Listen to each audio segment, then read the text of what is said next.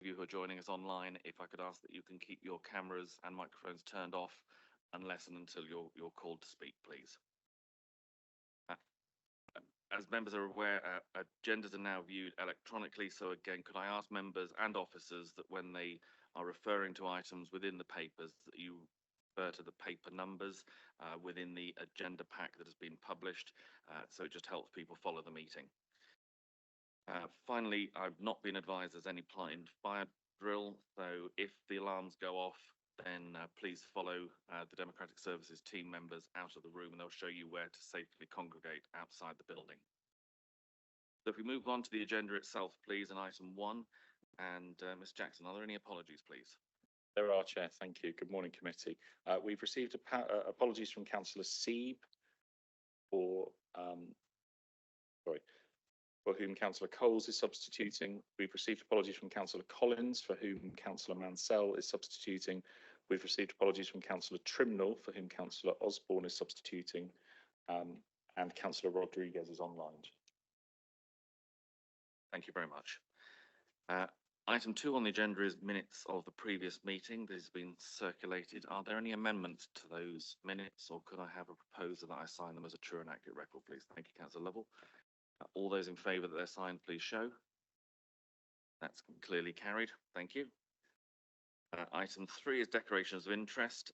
Are there any interests that members need to declare over and above the standard declarations relating to membership of other local authorities? See any, so thank you very much. Item 4 on the agenda is public question time, which I do not believe we've received any notification of questions. Okay, so that brings us to item 5, which is the Scrutiny Corporate and Resources Forward Plan. And Mr. Jackson, would you like to introduce this, please? Thank you, Chair. Members will see in front of them that we obviously have today's meeting, and then we have another meeting planned for the end of April, where there is the council business plan, the finance report, and a property rationalisation update. Members will obviously notice that there are currently no meeting dates beyond that booked in, and as a Democratic Services team is to have a meeting calendar sort of scheduled and sorted and booked in members' diaries as soon as possible. We are working on that as we speak. I do apologise to members that the executive forward plan is not attached to this agenda, but if members would like to suggest anything for either the April meeting or beyond, then we will obviously add that to the forward plan. Thank you. And as members are aware, obviously there's a number of ongoing issues that we will be keeping across in terms of performance and delivery of some of the items that actually are going to be discussed today. But are there any comments members wish to raise at this point? In which case, what we will do, as I say, is we'll make sure that we circulate the executive forward plan to members, and we will look to be putting together a schedule of items to come to the meetings once we also have those in the diary for the forthcoming year. Okay, if members are happy, we will move on to item 6, which is delivering economic growth via the Gravity Enterprise Zone. I think Councillor White, you wanted to introduce this one, please. Thank you. Good morning, everyone. We're starting off today with fantastic news, and that is, as we all know, as you've probably seen the announcement, a £4 billion investment in the economy of Somerset. And with that, 4,000 jobs and opportunity to support the car industry in the UK. So it's not just for Somerset, it's for the whole country. And the Gravity project is one which has been long in the incubation from the Sedgemoor District Council days, but we've lifted and changed quite significantly how we're going to fund it and how things are going to be developed in terms of the skills agenda. And I think the object today is as much to answer questions as to provide huge amounts of information. But I hand over to the two officers who have worked exceedingly hard with civil servants in a very, very difficult environment, as you can imagine, to actually deliver the best possible deal for Somerset. Mickey Green and Paul Hickson.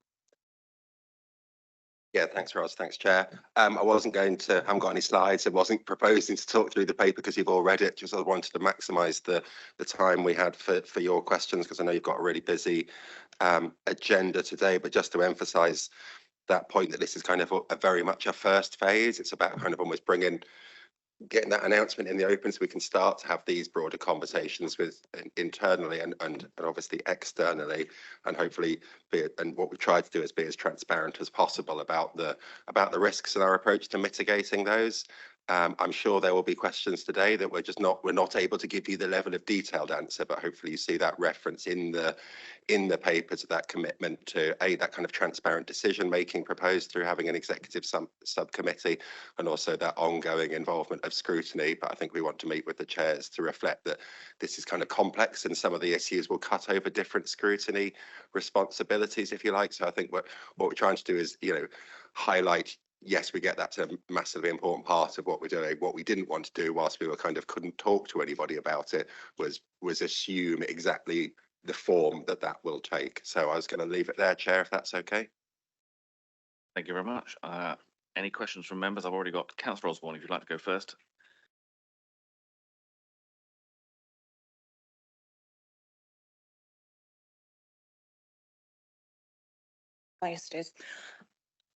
Yes, thank you very much, Mickey. This is fantastic news for Somerset, and I think we owe a great deal of debt to previous administrations, particularly in County and Sedgemoor, and also the Heart of the South West Let, that have been working on this for something like 10 years. I know it's been a very long time in the making, and to get it to this point is a tremendous achievement. And I hope we continue to build on this and make this an incredible success story for Somerset. One of the things that I read recently in our local rag is that apparently they ran a story that the A358 dualling scheme may well be pulled, may well be cancelled, on the basis that a land agent is saying that he's been told to settle all claims relating to that. There isn't anything on the National Highways website yet, but what is the actual position, and can this authority get some facts, please? Yeah, Because I think, Councillor Osborne, that may be something we can certainly ask for the information to be made available Yes, to you, but obviously where through it this will- report.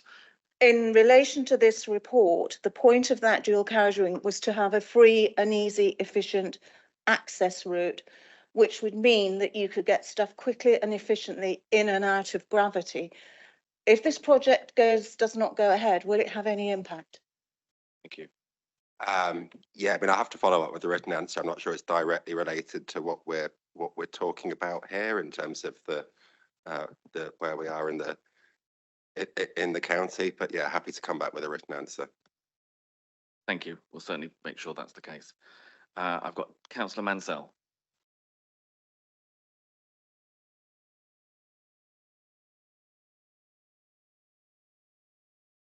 Yep, there we go. Right, yeah.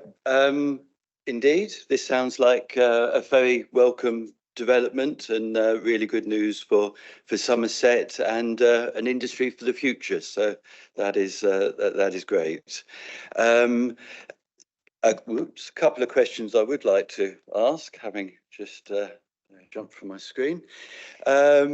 Sort of looking at the report and what's here, and particularly some of the advisory groups and what their remits will be. One big thing that I'm wondering about is how the transport will work out, including very directly to the site, and what facilities and infrastructure will be provided there. It seems particularly important to me that it's possible for people working at the plant to be nearby, to be able to get there easily, and especially by public transport and by active travel, cycling, and perhaps some may even be close enough for walking. So it'd be good to know a little bit more how that may shape out. If I may comment as well, I sort of looked through to see where transport gets mentioned, and the advisory group is mentioned. And I couldn't help but feeling that the priority has been given to, it looks like, to road access. And active travel, public transport are talked about as mitigation, whereas really their priorities should be priorities in their own right. So I don't know, rightly or wrongly, I just feel a little concerned that there seems to be some priority not being given to the correct transport measures. Public transport, active travel should be at the top of the list for workers, and similarly railway for bringing in materials as well, and taking product out.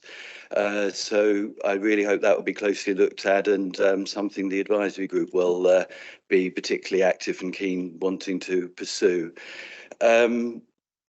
On another issue, I can't say I've got any, great knowledge about it, but you do hear some horror stories of where the materials come from for making batteries. Now, I'm not going to say you can have it at zero impact, but there are some not so good examples of where materials are sourced from. So I would very much hope that at this plant, best practice will be adopted, and that looks like something that the Environmental and Social Value Advisory Group should have on their agenda, amongst other things. And just finally, I notice it's in an enterprise zone, which means deregulation. Some of that has applied to the planning process that it's gone through, and I have to say, from what I've read of that, I haven't really seen anything that causes me concerned. It's still been planned and gone through a process, so sounds okay. But could I ask, is it known what else that deregulation means? What other laws will this plant be able to avoid? Is there anything that we should be aware of? Okay, thank you. Thank you. Just before you answer, I've got Councillor White wanted to comment, and then I'll come to the officers, or you want to do it after the officers? I think it's a joint act. I think you'll pick up the DCO and the regs and business rates, and I'll just talk about transport.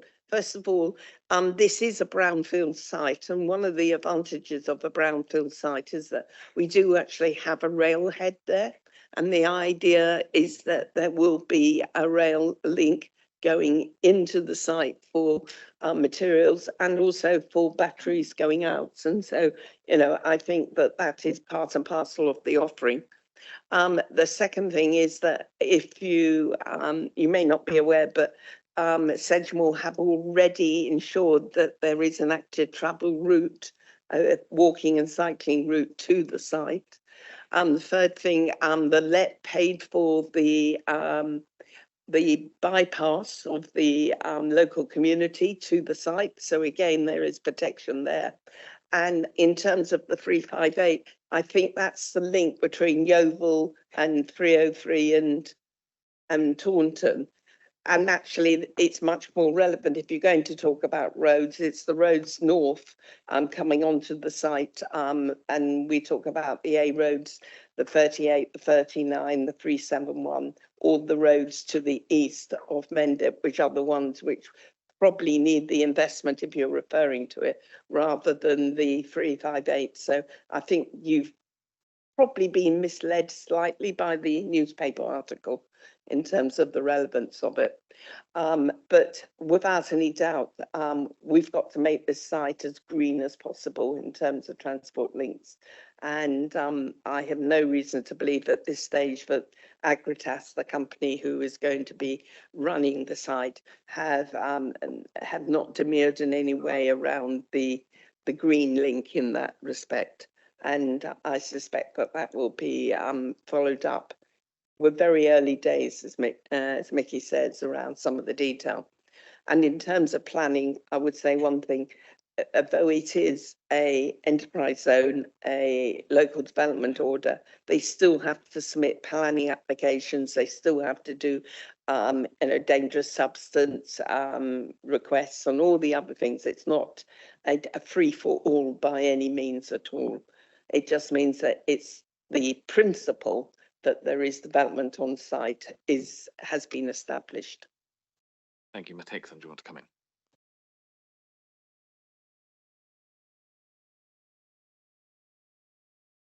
Apologies, a bit of microphone trouble there. Just on the one point of Councillor Mansell's questions, to be very specific around the deregulation point, the only area of deregulation related to enterprise zones is a desire, policy desire from government for simplified planning. The local development order in the context of gravity represents that planning simplification aspect being covered. So there aren't any other areas of regulatory change associated with the enterprise zone. Councillor Wyke has covered a lot of the ground already in terms of the point around active travel and public transport, but just to reinforce points covered there. So I think if we take the LDO, the local development order, as the starting point, absolutely enshrined in that LDO is the principle of gravity as a green and smart campus. So the vision for the LDO and the principles within it, which we followed through in terms of the compliance regime through the LDO, have that as part of their considerations. Turning to the investment plan and the framework for that, active travel, public transport, certainly from the council's perspective, our priorities for investment through that. And this is, I suppose, a more sentiment point, but from the investor Agritas's perspective as well, it would be ill-fitting, I think, for sustainable transport not to be maximised in terms of the delivery of the scheme as well. So from a corporate social responsibility perspective, I'm sure that's going to be important to them as well. Thank you very much. I've next got Councillor Smedley. Just want to follow on from what Councillor Mansell said a moment ago. I mean, there is, especially as part of a green industry, there is a connection to various parts of the world where there is levels of exploitation, environmental damage, and there's lithium mining in Chile is not environmentally friendly, and cobalt mining in I don't know, Congo or Zambia is also harmful to local communities. We can't turn a blind eye to that. We need to make sure that stuff is ethically sourced. And I hope the council will bear that in mind. But picking up on the railway link, that has always been a key part of this. I kind of hope that they've talked about it, but they haven't sort of convincingly committed to that. Can you say that we are putting pressure on that to really happen?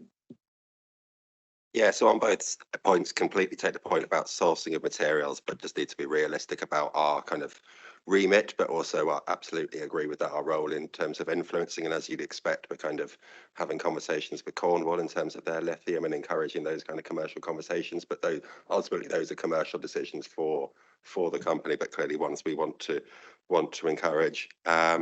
In terms of rail, I guess it's important to remember this isn't a kind of boom and bust. This is here for the long term. So absolutely, we've particularly on rail freight been strongly encouraging that conversation, and I know Agritas are very seriously looking at it. But again, part of that comes down to the kind of commercial business case they can create for that.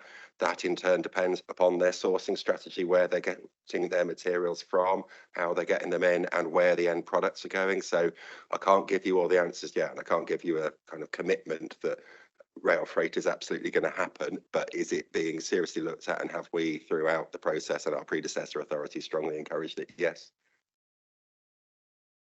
Thank you very much. Councillor Hobhouse. Thank you very much. I just want to make a technical point here. At the moment, in December last year, Toyota completely changed the battery structure that will be used in all future batteries and have doubled the range that is going to be potential with lithium. The next major change that is coming is that lithium will no longer be used and sodium will come in, because the sea is full of sodium and we can get it. The problem they have at the moment is that the battery cathode is being eaten by the sodium, and therefore you can't get long range work, and the batteries don't last very long. They will eventually sort that out. So what we're talking about now, the first, as I understand it, the first building's finished in 2 years' time. Yes, thank you. And we may have completely different battery manufacturing then than we have now. Yeah, I mean, I think Agritas get that this is a rapidly changing market. This is a kind of new market they're going into globally, and obviously they're also investing in their innovation piece. So I think, yeah, without getting into the technical issues that I'm definitely not qualified to have a view on, I think that they are very alive to that, and as are we in terms of the implications it might have for us. Thank you very much. Can I ask a couple of questions myself? In terms of the report, it talks about local, also the governance groups and the advisory governance groups. I just wonder if you give us some information as to how local members and those who are in that area, parishes as well, will be engaged with during this process, and how we're looking to work with maybe Bridgewater and Taunton College to see the benefits of this site spreading wider. Yeah, so we're in close conversation with Bridgewater and Taunton College, as are Agritas. Though the scale of this means that, yes, we almost need an anchor college to kind of provide a coordinated approach and to reflect the learning that there is from Hinckley and the establishment of the new nuclear college as the UK kind of develops this new industry. We want Somerset to capture some of that, but yeah, it has to reach out far beyond just that immediate vicinity in terms of engagement with colleges, and for that matter with schools. Yeah, and we've deliberately not tried to set out the detail. Obviously we have views in terms of what has gone well in terms of Hinckley type engagement and reflections and what we might like to do differently. So I think you know, as you know, we kind of confidentially briefed the town council, the local parish councils, and with Agritas kind of before the announcement, and that reflects both our and Agritas's commitment to work with them closely. Some really useful feedback again there from those conversations about what local communities and organisations have found helpful in terms of the way Gravity have engaged to date. So other than that kind of commitment to do something, and almost thinking about, there are almost concentric circles, if you like, of those affected and those communities affected in different ways. We want to kind of co-produce that with those. So we'll be looking to get some conversations in the diary with relevant stakeholders to shape that. Thank you very much. I think Councillor Rodriguez, one of our committee members who's joined us online, has got a question.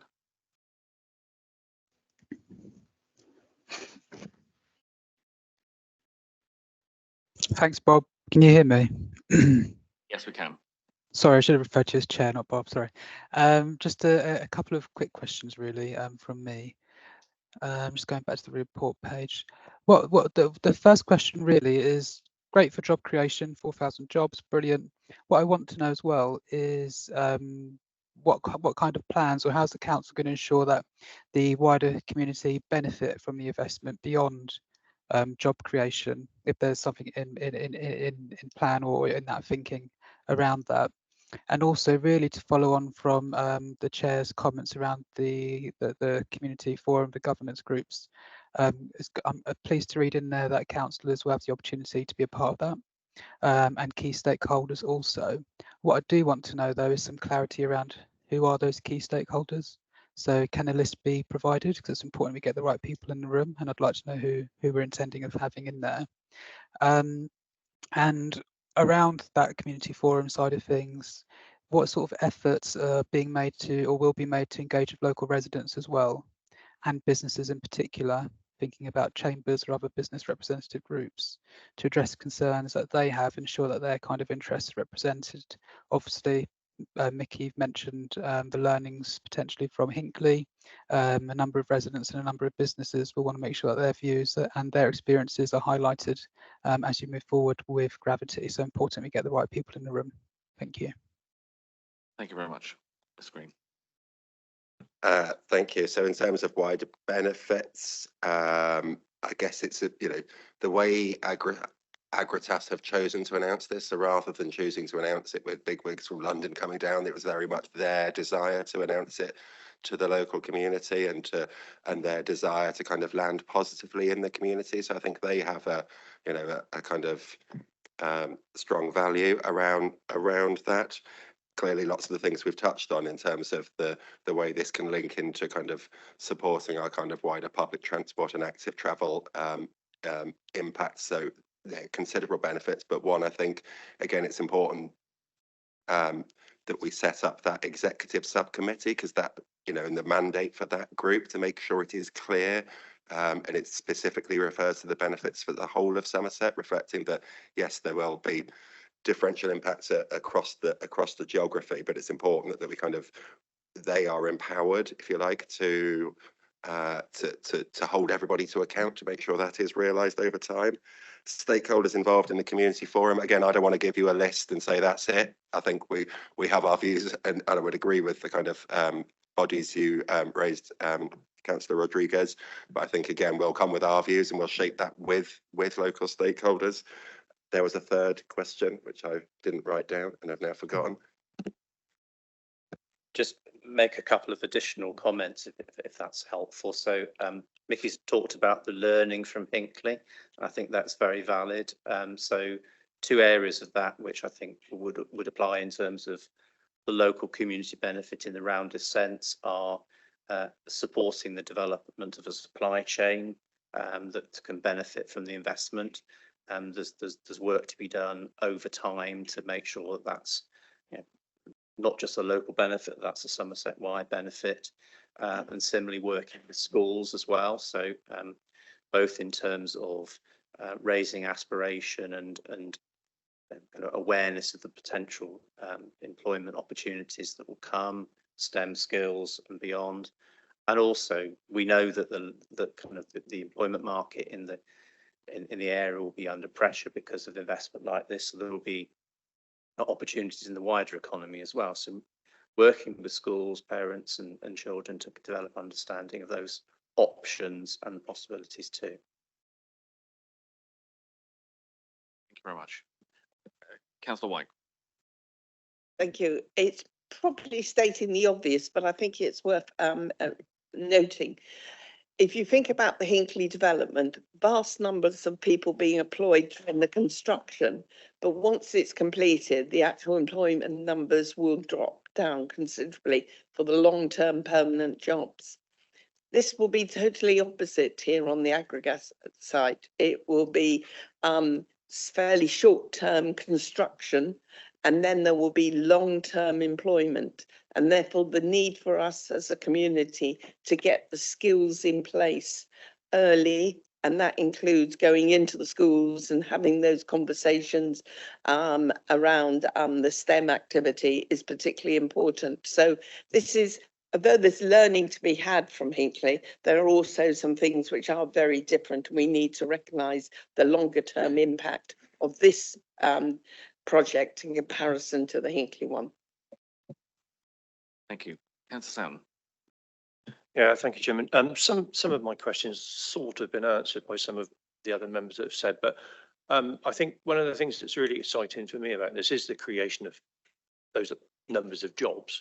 But what I would really kind of like to know really is what the assessment's been done of the skills requirements, whether they can be sourced locally, how much can be sourced locally, how much will have to come in from outside, and the housing issue with that as well. So I think it's really exciting that we've got this in Somerset, and I think it's going to be good for Somerset. But I want to know if that's really going to benefit Somerset by the employment coming to people in Somerset, or whether that's going to have to be offset by a lot of people with the necessary skills coming in from outside. Thank you. Dixon. It's the question right at the core of the benefits of the project to the local area, isn't it? It's a very important one. I'd be honest to say that there's absolutely a lot of further work to be done to both understand the occupational profiles involved with what's effectively a new industry being created here. Agritas as the investor is itself securing a technology partner who will work with, learn from, roll out the detail of that. So we need to learn from that as well. Clearly, we need to work with Bridgewater and Taunton College and their kind of wider community as well on this. There is learning from other gigafactory developments which we can benefit from. We were talking yesterday with one of our consultancy partners as a council. They themselves have knowledge about the gigafactory world, can support us in developing our understanding of it. I think in kind of very, very broad terms, we're talking about a lot of technical skills. Somerset, I'm not going to be complacent here, but in terms of our kind of skills profile, and that's a strength in Somerset, so there is opportunity there. We will need to look at, and the further education sector in particular, look at the competency frameworks and the curriculum design that's needed to kind of develop those skills. Clearly, they'll need to work with the industry client on that as well.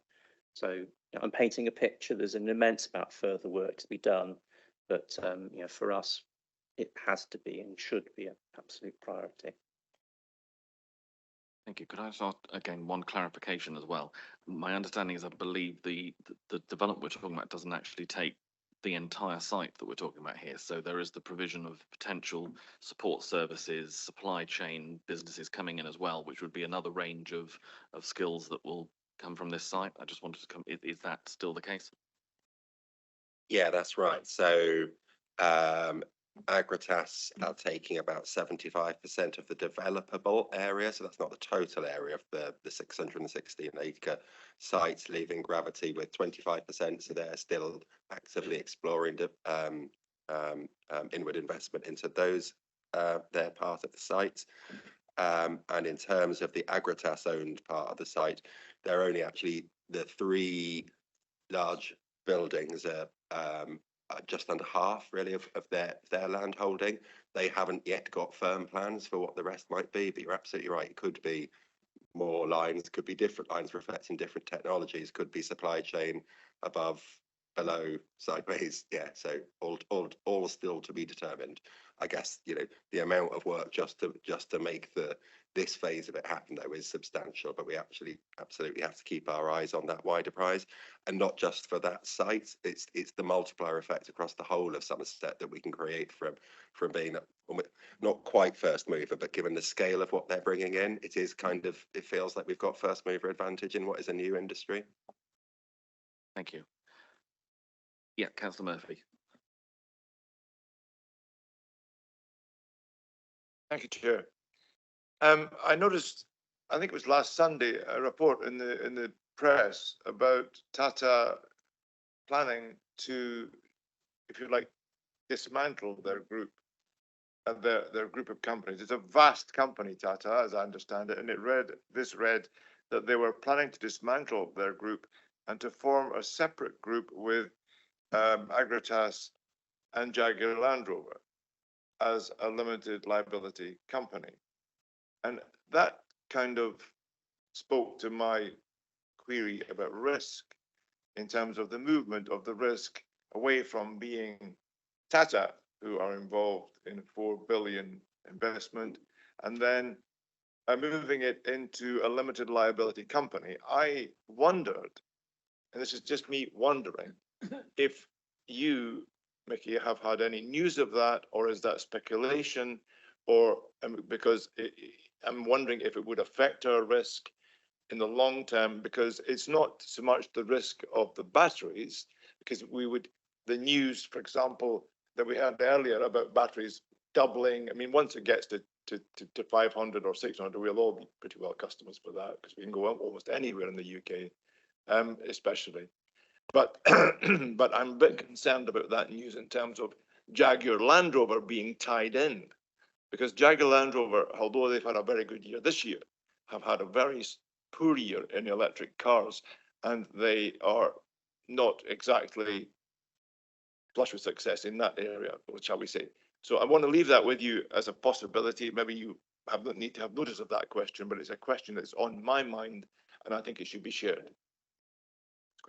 Yeah, no, it's a very helpful point to raise. I mean, the reality is, yeah, the scale of Tata. We're not going to have any influence on their decisions about their global structure. But what we are focused with Nikki and Jason is making sure that in terms of our investment and the risk to Somerset, we're focused on mitigating that. So yeah, it's a helpful point. Thank you.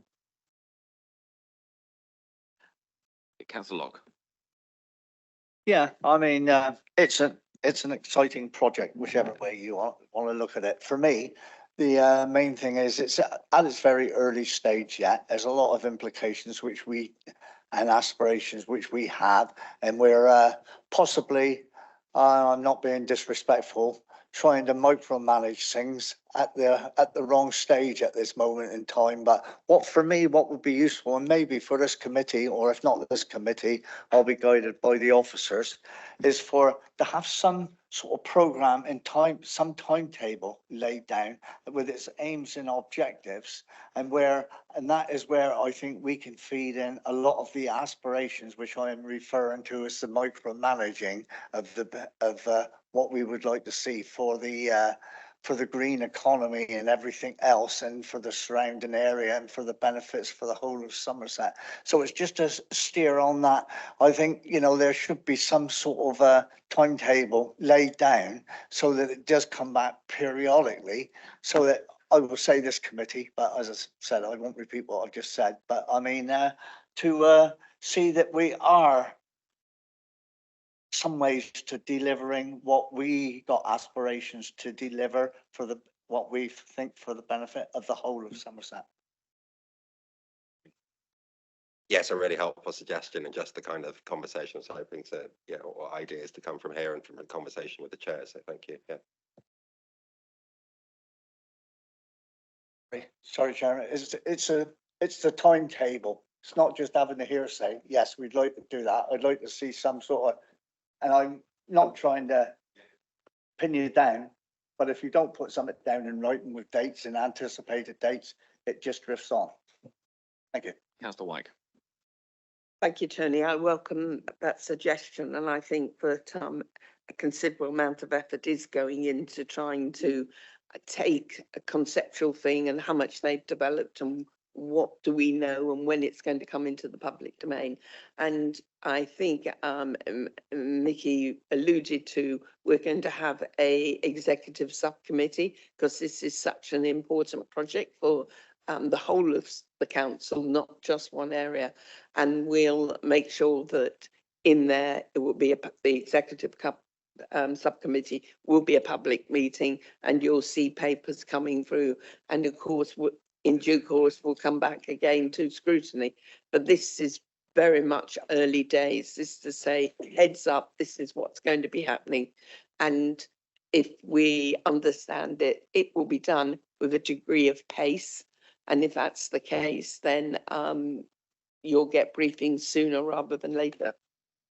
And as I say, I think as you mentioned, this is something that's moving forward. We will need to keep across what's happening, and there is the issue of obviously this project cuts across not just this scrutiny area, but there will be other scrutiny areas, I'm sure, that will want to be taking an interest in it. So there will be that liaison with the chairs and vice chairs of the scrutinies with the executive to ensure that we keep this coming back on a regular basis to update us on the progress it's making. Okay, I've got one more question in here, and I'll go online to members. I've got two more questions in here, so I'll go with Councillor Osborne, then Councillor Cottle, and then I'll be going online. Yeah, it's just clarity, really. For the gravity part, we are getting business rate retention. We can retain all business rates. Is that for the entire site? So any businesses that come subsequently onto the vacant land, will we also get business rates relief on that as well, or business rate retention on that as well? That's my first bit, because it's not 100% clear. And in terms of the railhead that's been talked about, is there going to be any opportunity for that to be used for passenger use as well?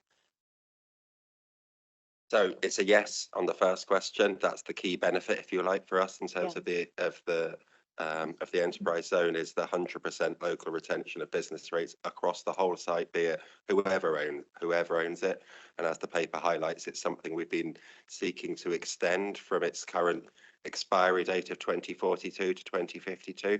And again, that will cover the whole site, not just the bit that Agritas are building at the moment. And we have had a letter from the minister saying they're minded to agree that. Obviously, those things always come with caveats, but those negotiations are progressing well and ongoing. Sorry, second question.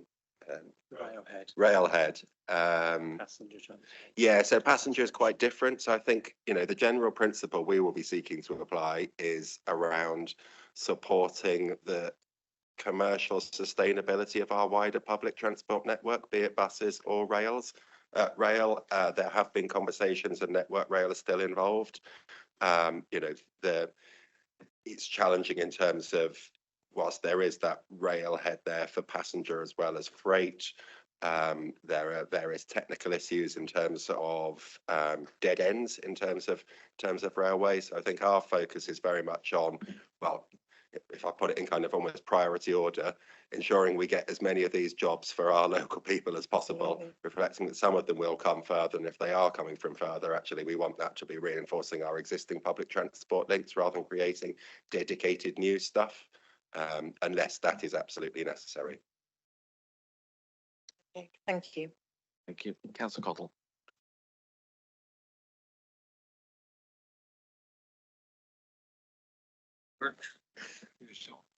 Okay, most of my questions have been answered already, but I do have one which I think is relevant. Mickey, you did say that you're going to attempt to, they're going to attempt to employ most people from the local community. Now, I believe it's going to go to 4,000. That will be the employment figure, yeah? That sort of area. So my biggest concern at this moment in time, which will be is a negative, okay, is that if you bring in more people, if they can't employ from the local community, okay, so we have more people coming in from away, finding houses, whether they're to rent or whether they're to buy, they're going to have a heating up effect on both the rental sector and the private sector. And this will be a disadvantage to the people of Somerset. There is no getting away from that fact. There is no advantage to that. So I am hoping that they will be able to work with people from Somerset who already live here, or who can commute down the motorway, down the M5 from Bristol or somewhere. But that is a tricky thing, and I think we mustn't lose sight of that as we go along. Okay, I just wanted to make that clear. Make my opinion clear. Thank you. Again, it's a very valid question to be asking about the kind of the ambition and the delivery of the project. You agree entirely, and you're right to kind of emphasise that it's really important that we maximise the number of local people who access those jobs, both for the kind of benefit that will bring to them, but also in terms of the impacts as well. Inevitably, I think there will be some jobs that aren't secured by local people, and we need to kind of manage that through the transport solutions that are available to deliver to the project, not least. Fair to say also that in terms of the local development order, there is also provision for 750 dwellings. So that in terms of the kind of the planning envelope for the site, that's part of the LDO's principles as well. So there is that kind of aspect and particular focus in the LDO on those houses being for workers linked to the site as well. So that's kind of in that kind of overall vision as well. But you are, and returning to my original response, you are right to raise the point. It's something which we need to be addressing, deepening our understanding of, and working with our partners to kind of best possible solutions. And just one point, so just to add to that, you'll be aware not just from the recent budget conversations, but of the demographic challenge, which we've got to be honest about in terms of Somerset, and the fact we do lose a lot of young people. We don't have a university, and therefore many of them go away. And this is part of us changing the curve on that. So I think there is that wider benefit to Somerset. Thank you very much. Councillor Redmond, you've had your hand up for a long time, so thank you for bearing with us. Good morning, everyone. Mickey stole a little bit of my thunder there with the curve. I think the stemming the curve or finding a way to limit the cliff edge that we approach is something that's quite important in relation to that. Just to answer Councillor Cottle's point in relation to accommodation, if you try and get somewhere to live, a rented accommodation in the Bridgewater area now, you're struggling with both availability and high rents. So as the Hinckley workforce starts to leave, this is perfectly timed to the gravity workforce will start filling that gap. So that's a wonderful thing. I'll start by saying that this is obviously the start of a long journey. We're talking about lots of decisions that are going to be implemented as we go forward. I wanted to start by also saying that welcome the fact that officers have been working with local councillors to keep them involved and communicate what's going on all the way through this, and I think that's welcomed, and I hope we can continue that. My two questions are around the first one is around teeth. One of the things that we've noticed with the Hinckley work is the Hinckley project is sometimes the council may not have the ability to enforce some of the things that are needed there. So my first question is around particularly the preparatory section 1.1.6 and also any future decisions that are made. So what teeth will the council have to make sure that the contractors implements what they plan to do? And the second question is around investment. I welcome the report. The report talks a lot about funding and other bits but my question is in relation to our current position.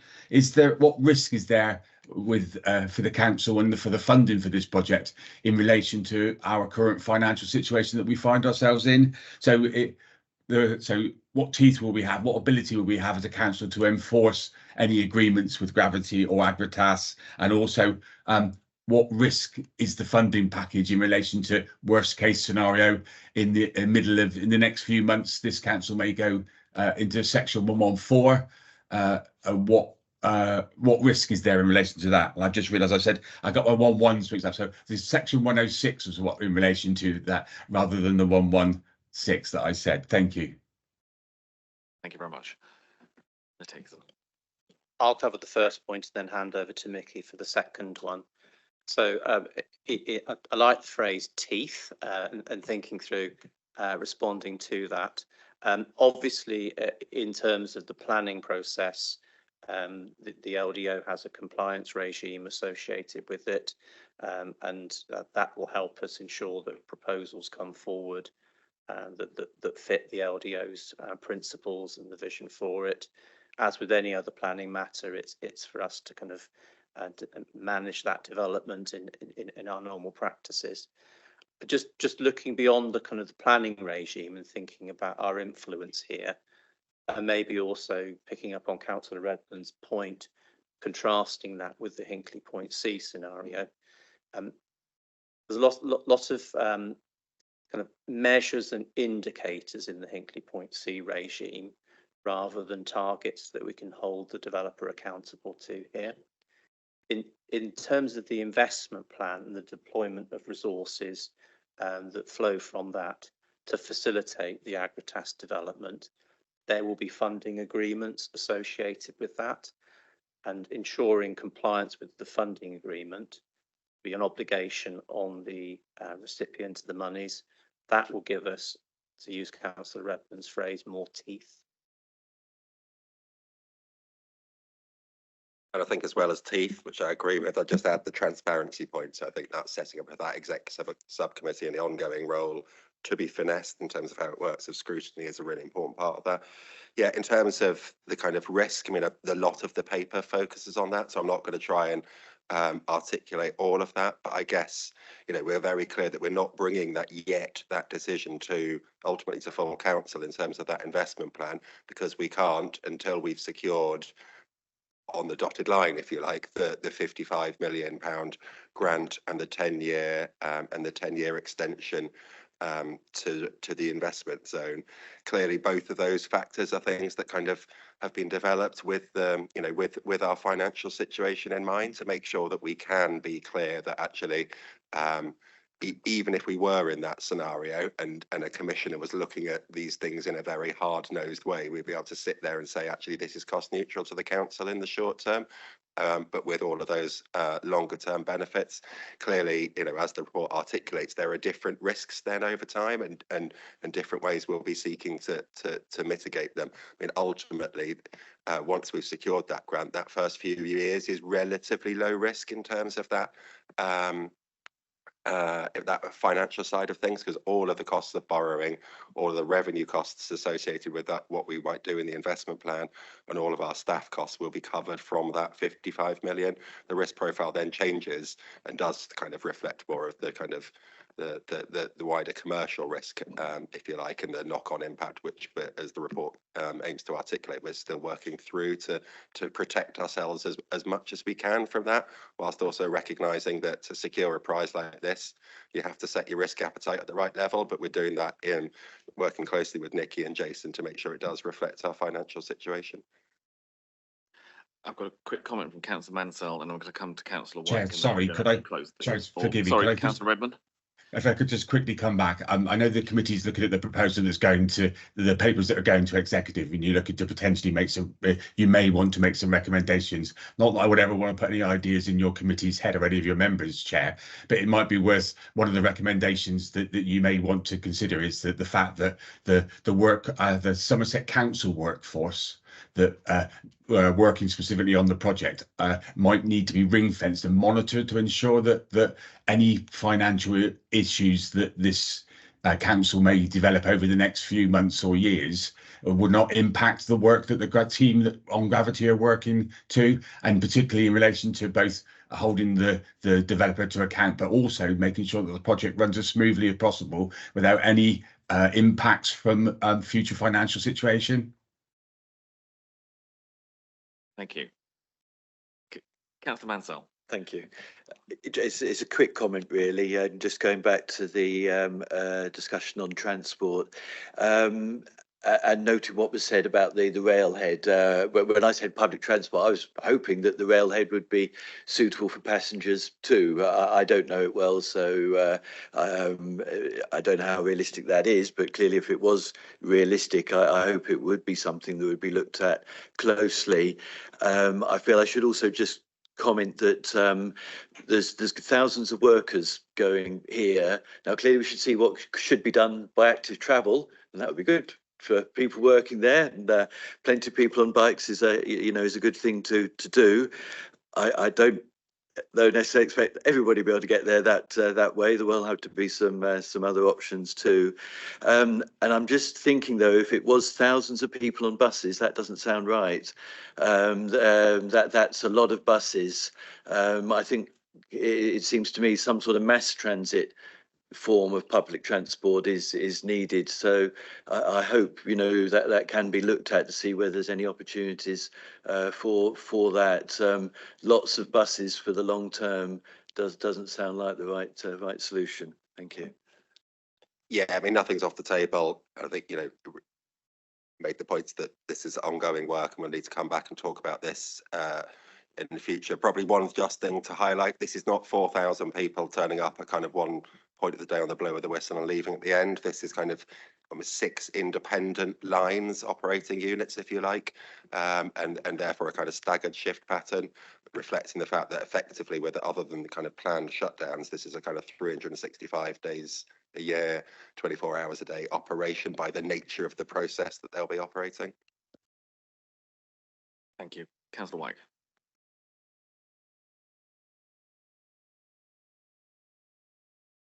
Apologies. I was going to respond to 2 things Lee mentioned. First of all, while yes, the council is putting money into this project and we'll have some levers, we do need to recognise that there's been a national negotiation around energy prices and all the other things which you would expect central government to take on board. And so the risk is shared, and the risk for us is having to work with that overarching comment around it's not just us, it's a much bigger national picture. So whatever happens, I think the government have got a huge amount of investment in making sure this works. And we just need to work with the civil servants and to ensure that we don't expose the council to unnecessary risk. And actually, some of the risk is actually being borne centrally rather than ourselves. Thank you. Yeah, I think just to finalise on this, I think we all accept this is a massively exciting project that's coming to Somerset. It's a huge investment, and making use of what was an extremely large brownfield site and bringing that back into productive use is really good. I think we've all accepted that there's a huge benefit that can be brought to the whole of Somerset with this, and part of our job is to work together to make sure that benefit is maximised. But equally, we realise there are some constraints here in terms of things like the housing issues, transport issues, which we need to work on. I think it's fair that we've said that we need to make sure that we all keep across this project. We've got the working groups that are being set up, and we need to make sure that those keep feeding back across the council so that we can ensure we maximise those benefits and, as we've said, minimise the risks. But this is a huge project for anywhere in the country, and it is great that it's been secured for Somerset. But thank you all very much for your inputs on that. Thank you very much for the presentations, and we'll look forward to regular updates. Thank you. Members, if that moves us on to our next item on the agenda, and I will just mention at this point, we've just had an email come through from Councillor Ham, who's one of our members, who unfortunately has been taken poorly, and that's why he's not with us today. So he has sent his apologies, and certainly, Councillor Ham, I don't know whether you're joining us online, but if you are, wishing you the best to feel better soon, and we'll see you back in action shortly. So item 7 on our agenda is the developing the approach to transformation. Yeah, I'll let you come forward to the front table.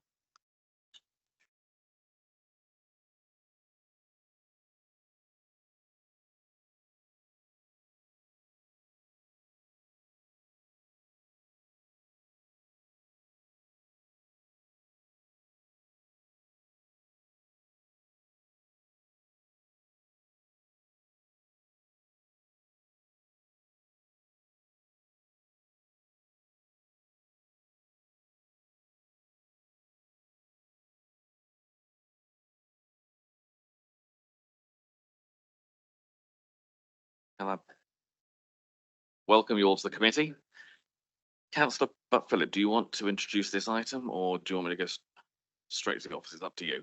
I would love nothing more than to introduce this item, Chair.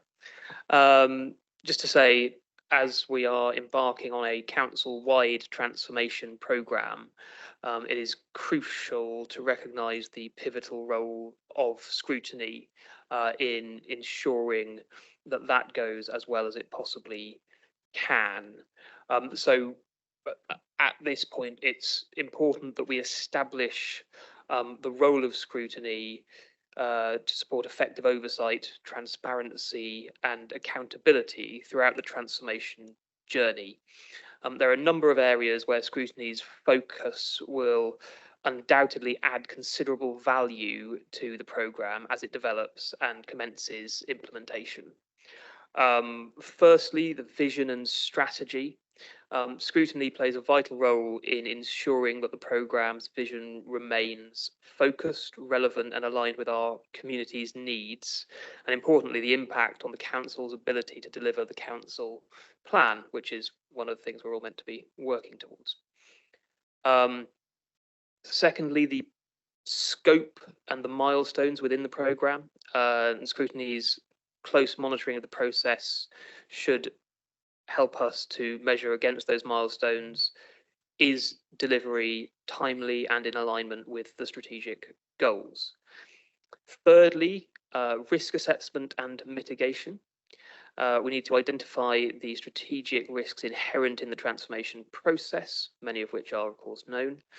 These may include financial, operational and reputational risks, but there may be others that Scrutiny wishes to look at. Scrutiny's role, we believe, is to assist in assessing risk mitigation strategies, challenge assumptions, because it's important that we are challenged on this, and provide recommendations to minimise potential adverse impacts.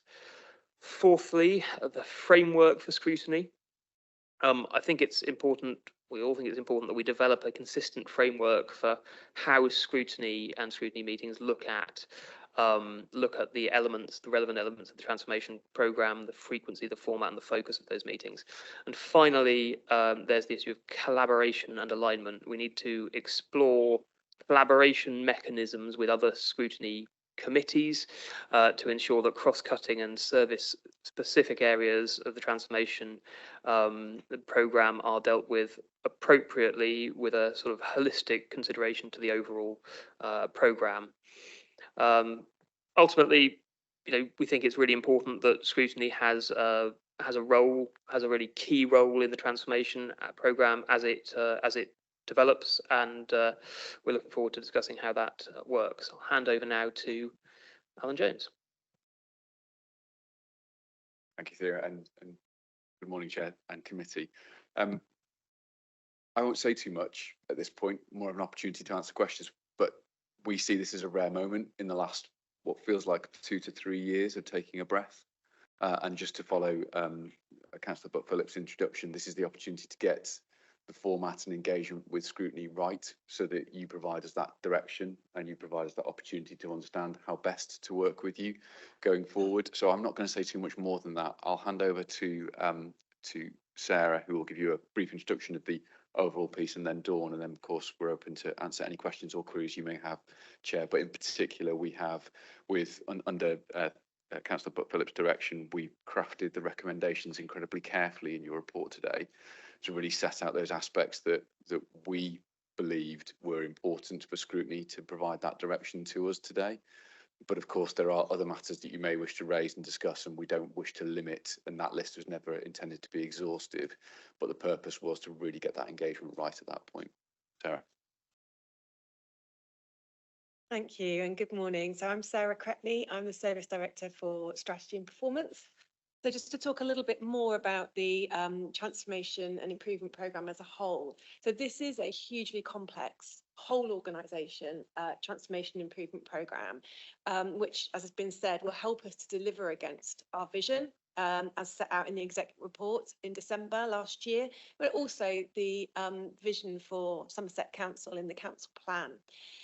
What it will also do is help us to meet the assurance criteria as set out by government in terms of our capitalisation direction arrangements developing. The Transformation and Improvement Programme will bring together transformation and change across the whole council. And so we'll have a whole council approach, oversight, and be able to prioritise our investment in terms of resources across the whole council.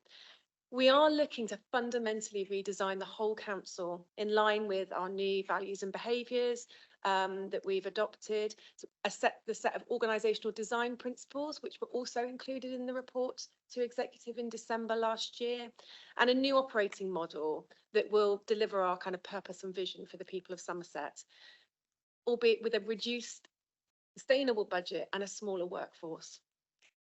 The intention post-vesting day was always to kind of continue the consolidation and transition from 5 councils to 1, and to set us up for future transformation. The financial emergency, of course, has meant, which the majority of councils are facing, means that we need to go further and at a greater pace. Just to give you a little overview of the programme, it will focus on providing impact and value to the people and communities of Somerset. As I've said, it will contribute to the financial sustainability and stability of the council. We're looking to optimise the workforce size and structure, prioritising operational effectiveness and efficiency while maintaining our capacity to fulfil our legal obligations as a council. We're looking at reshaping our service delivery to meet the evolving needs of the people of Somerset and maximise our collaboration, partnership working, and seeking to devolve services and assets wherever appropriate, and to make the best use of IT and digital technologies that are available to us. We'll also be looking to streamline our governance processes and reduce bureaucracy. So to recap, this is a council-wide transformation and improvement programme which will fundamentally change how we work as an organisation in order to meet the challenges that we're currently facing. Thanks, Sarah. And again, good morning. For those of you that haven't met me before, my name's Dawn Bettry. I'm the Interim Service Director for Workforce. In the papers that you've got in your pack this morning, you'll see that there was quite a significant spotlight on the papers that went to executive on the 7th of February around the workforce programme. And that was actually quite deliberate because the programme has been very much front loaded around what we need to do to resize and reshape our workforce. So I just wanted to briefly touch on the key elements of the workforce programme before we open it up to questions, just really to set that little bit of context, if that's okay. So as we said, the start point really was looking at how do we actually reduce the size of our pay bill. We know we've got a significant budget gap to reduce in 2025-26. And we're looking to reduce that in the region of £40 million by resizing and reshaping our current workforce. In order to minimise the need for compulsory redundancy, and I do say minimise because I think it is inevitable, we will have some compulsory redundancies later this year. There are 11 initiatives that we've been pursuing to drive down that pay bill, and we've been working on that for the last 3 or 4 months. So as you'll have seen from the paper, there's quite a high spotlight on the voluntary redundancy programme. That was launched on the 7th of February, and the window for applications for our staff closes on the 24th of March. Decisions on who we're going to be able to release on the voluntary redundancy scheme will be made by the end of April, and then we'll be phasing out those leavers this year.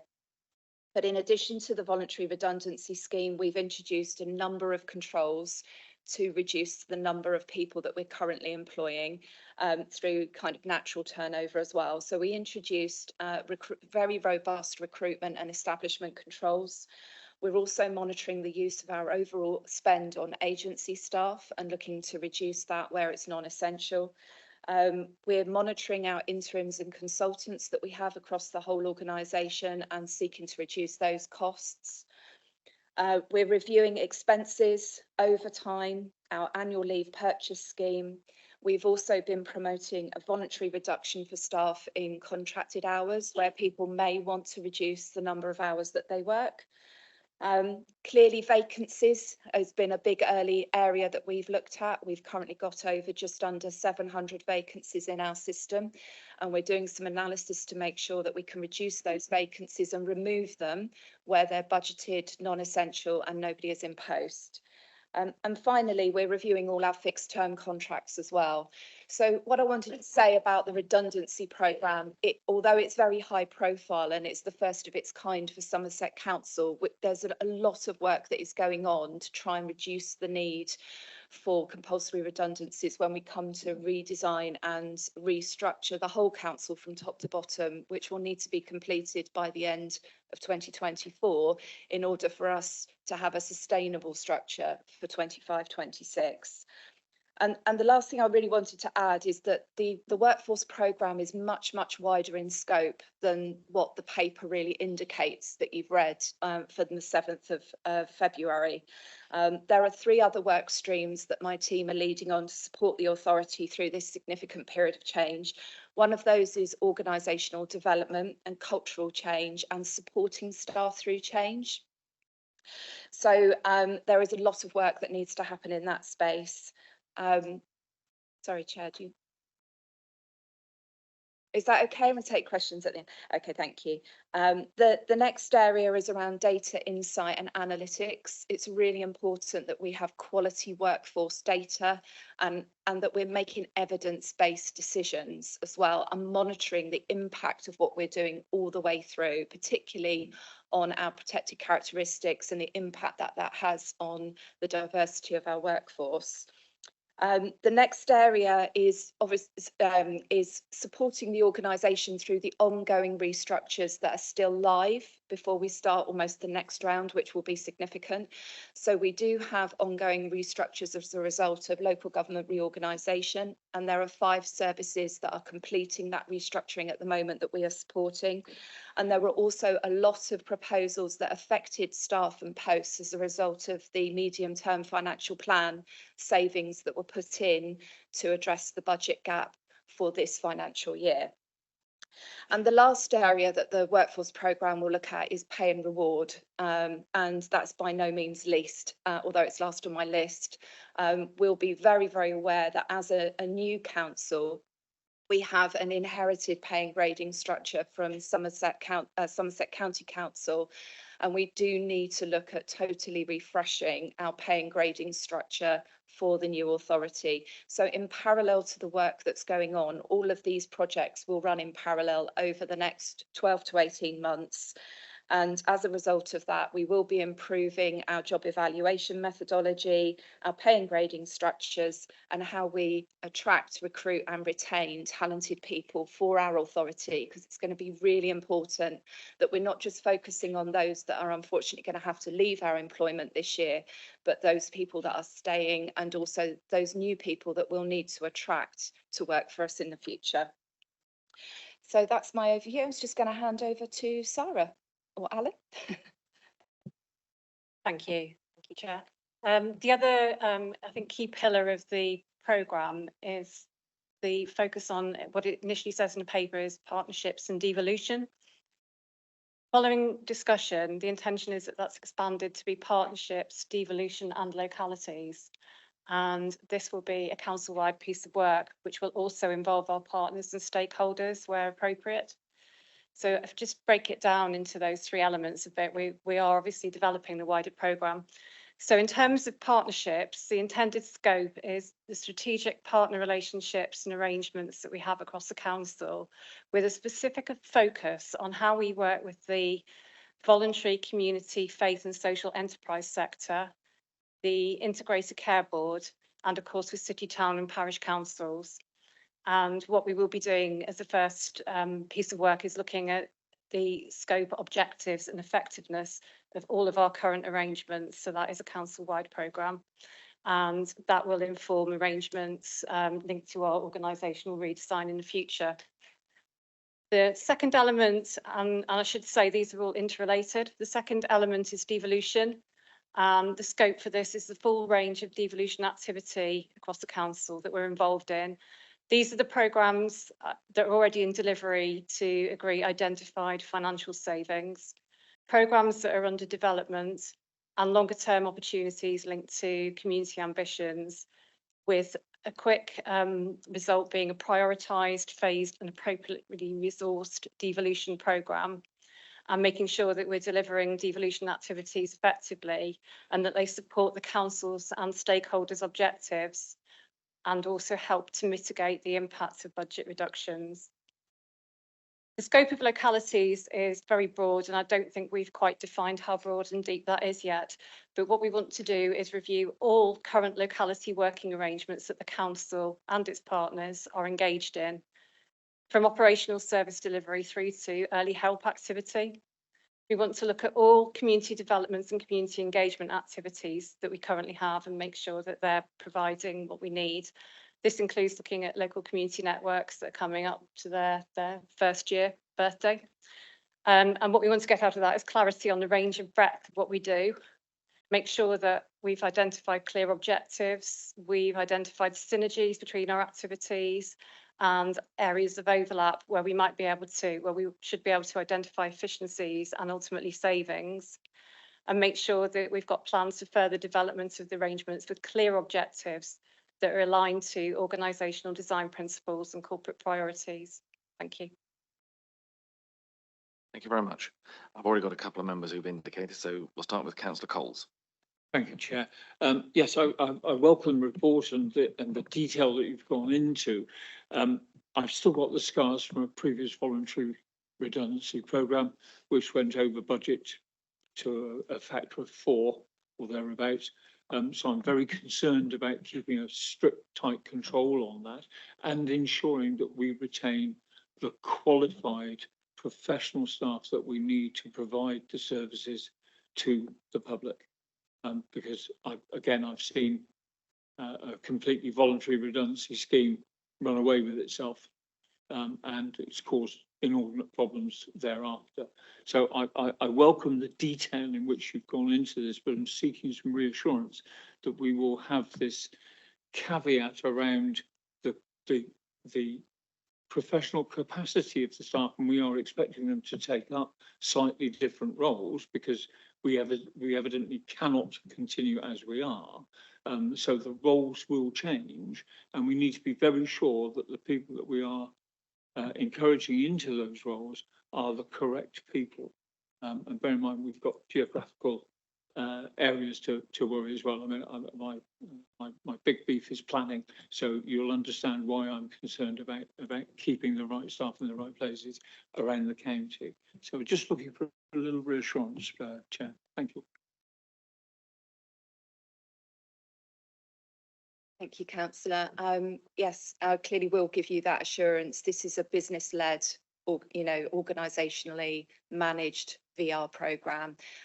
We have explored in depth all the lessons that have been learnt from the past from our predecessor district councils. I have some of those colleagues working with me now, so they were very alert to the issues of what we could have done differently. But just to give you that reassurance, we have set up what we're calling a design authority team, which is led by the chief executive, that has overall visibility of what we're doing in our organisational design and restructuring programme. In terms of the applications that we're receiving, there will be a VR panel set up that will determine whether or not those people can be released. And that will include members of the executive leadership team and myself. We also up front identified a number of roles that were exempt from the voluntary redundancy scheme. There are about 20% of the whole workforce were actually exempt from being able to apply, and including areas such as planning, where we identified we had significant recruitment and retention issues across the organisation, or very high use of agency or locums or consultants. So those posts were removed from the scheme. So we didn't just raise expectations that people might be able to go and then have that impact on morale when they were going to be obviously turned down. So those exemptions apply right the way across the whole organisation in all directorates. So yes, it is something that we're really closely monitoring, and we've got a dedicated team managing the programme. Thank you. Okay, thank you very much. I feel greatly reassured. Thank you, and good luck with the programme. Thank you. I've got a number of councillors already indicated. So I've got councillors Osborne, Lovell, Mansell, Hobhouse and Soughton. If there are others who want to, please indicate. I'll come to councillor Osborne next. Thank you, Chairman. You're possibly not the only one that sort of had experience of transformation. We went through it too in South Somerset. The good news was I think we did create that agile workforce, and that came into its own when COVID broke, and we were able to implement support measures very, very quickly by people coming together, and also get grant support out to organisations that needed it with incredible speed. That was the good news. The bad news was that at the coalface, the sharp end, our customer service went down. It was taking us far longer than target to answer phones. As councillors, we were constantly getting it from residents that we cannot get through to you, no one's answering the phone, etc. When it came to benefits claims, the time for processing claims went through the roof. It went virtually to 4 months for things like housing benefit, and we actually had to have support from the DWP. We also had a good planning department. One we were told by agents was one of the best. It went to being one of the poorer performing ones in terms of delays and getting various things done, and in terms of constant staff turnover. So I do have concerns in those directions, that at the coalface that we don't see slips, particularly in terms of processing benefit claims and revenue claims, and that we do actually don't see standard slip in terms of people being able to get hold of us. That's a really fundamental thing at the front line. The other things I'm sort of concerned is you're looking at making a large number of people redundant very quickly, but your programme's going to take 3 years to implement. So isn't there a risk of a real hole in the bucket here, that you could wind up with not enough capacity to do what you want in the time because you've cut too quickly at the front, and then you wind up with no choice but having to use agency staff, because that's what happened with us. I don't think the computer programs did what they were supposed to do. Remember Horizon, there's no such thing as a perfect computer program. And you will wind up having to bring in agency staff just to fill in those holes, just to get the phones answered, just to get claims processed, and all the other things as well. In terms of LCNs, they're another matter altogether, and I can see you having to do a complete rewrite on the terms and conditions on those in terms of what they're doing at the moment and how they operate. One of the things I'm picking up, we've set up 2 working groups now in Crookherne and Ilminster LCN, and people are finding the working groups far more useful than the core LCN. So there may need to be a change in operation there, that you have less full LCN meetings, but perhaps the driver is going to be the working groups, and it may be that some of those become cross LCN as well.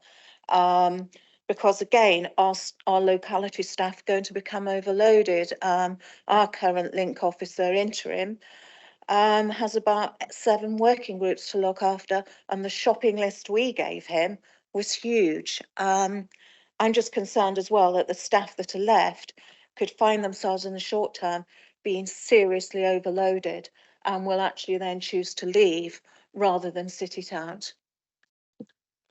Mr. Jones, do you want to start, or who wants to? I'll start and I'll hand to Dawn, and then I'll hand to Sarah. And I should say, committee, apologies for looking a little mob-handed from an officer perspective this morning, but we thought, given the scope and scale of the programme, it was incredibly important that we were available to answer any questions and queries you had. So I apologise for that, but hopefully it proves to be a useful exercise.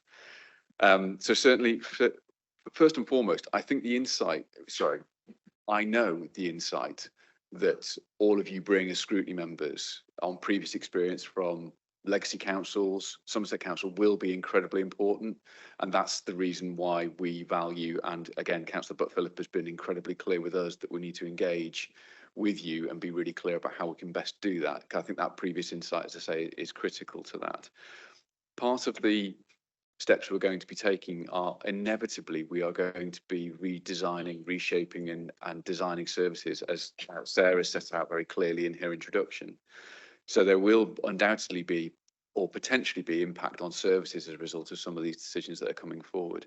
The critical part of that is being really clear with you as members on what those impacts are going to be and how those are either mitigated through the use of either automation or the redesign of a process, or that simply those are inevitable consequences associated with making those decisions, and that those impacts are really well set out. Learning the lessons from other transformation programmes across the country, so not looking in Somerset at this point, that's one of the major failures that they haven't done.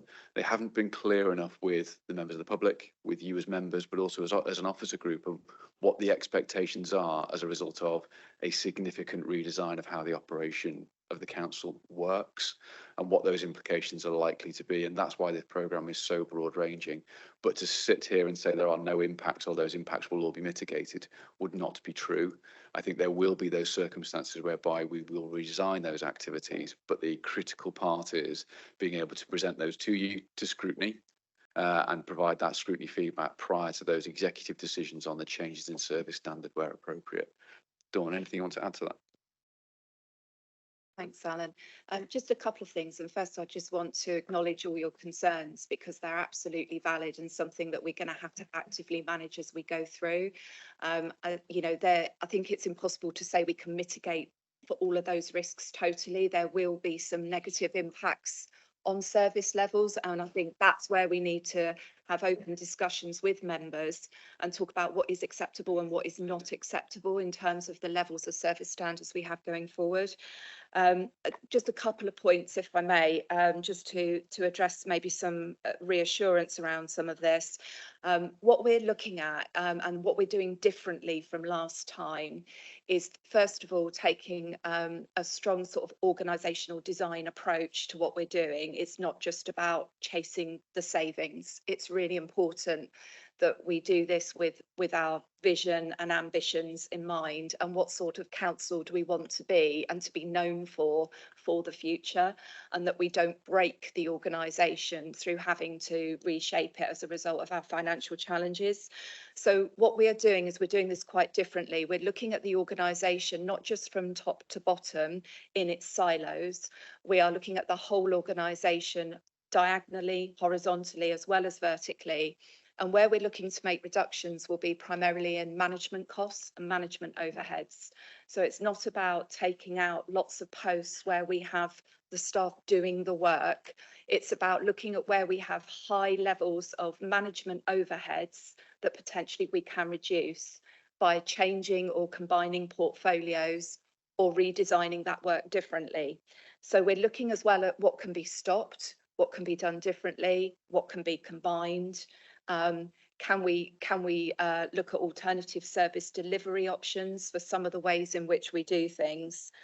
We have put together some very clear design principles, and some of those are structural design principles. And when we set up the organisation, we didn't embed really robust design principles. And by that, what I'm talking about is our spans and layers of control. So what we want to do is reduce the number of layers from the chief exec to the bottom of the organisation, and also make sure that our managers have sufficiently wide spans of control, so the right number of direct reports. And we're not at optimal levels at the moment. And we will have some external validation with support from the LGA, who are funding some of this exercise for us to really do some diagnostics around where we can reduce costs safely. And all of that will be fed into the programme about how we do this differently. So yeah, I'll pause there, but I just wanted to add a little bit more flavour to the approach. Thank you. Yes, it is. It was one of the things that I think really concerned Scrutiny at South Somerset when we were looking at performance figures, was that fall off in performance in processing housing benefits, council tax claims, hardship schemes, etc., predominantly housing benefit. We're in a much more difficult situation housing wise than what we are then. Landlords may not be quite so forgiving now of people having their not being able to pay because their claims are delayed. They might not be quite so forgiving now. So I think if anything else, I really want assurance that A, people can get hold of us when they need to get hold of us, and B, that those claims will be processed as quickly as possible at our end. You know, if there's problems with the claimant getting information to you, that's the responsibility of the claimant. But we will still do everything we can, because to me, those things are absolutely fundamental. You shouldn't be having to wait 100 days plus for a housing benefit claim to be processed. Councillor Latham. Thank you, Chair. I just wanted to come in at this point to make it clear, because it may not be clear to everyone, that the whole Revs and Bends system for Somerset is still running on 4 different systems. So each of the previous district areas is still working with their team, and in the former Mendip area is still outsourced to Capita until the summer of 25. Yeah, so there is a huge amount of work has been going on, is going on, about how those all come together into one system. What is the best system? What is the order that that is done in?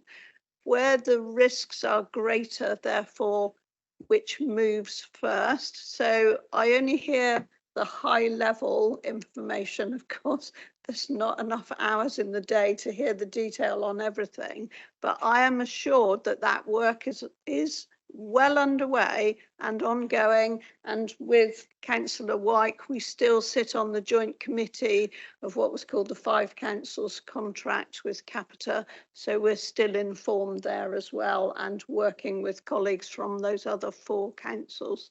So there is a huge amount of work going on. I don't want anyone to leave this meeting today without assurance that I know that that work is well underway, ongoing, and we will continue to keep a track of it, because the one thing that cannot fail, as Councillor Osborne has said, is revs and bends. It cannot fail. It has to work on day one.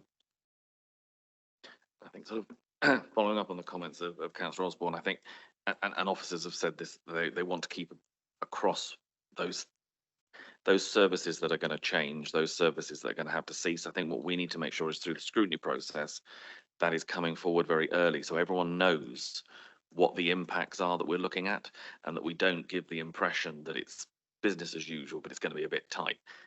There are fundamental changes coming, and that's what we need to be across as members and make sure that we make others aware of. Mr. Jones, do you want to comment on that? No, or if not, I can move on to the next question. But yeah.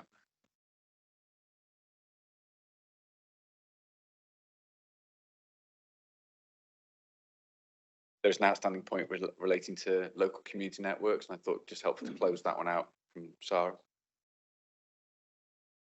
Thank you. Thanks, Chair. Thank you, Councillor Osborne, for the feedback. I think it's consistent with other feedback that we're receiving. Certainly the terms of reference are being reviewed, and that is going to be based on the feedback that we receive. We had a really, I think, positive meeting with the chairs and vice chairs last Friday, and we got a lot of feedback about what works well, what could be improved, how they'd like to see things develop in the future. And also, I think what was really valuable is they were hearing from the perspective of other LCNs, so it wasn't just their own.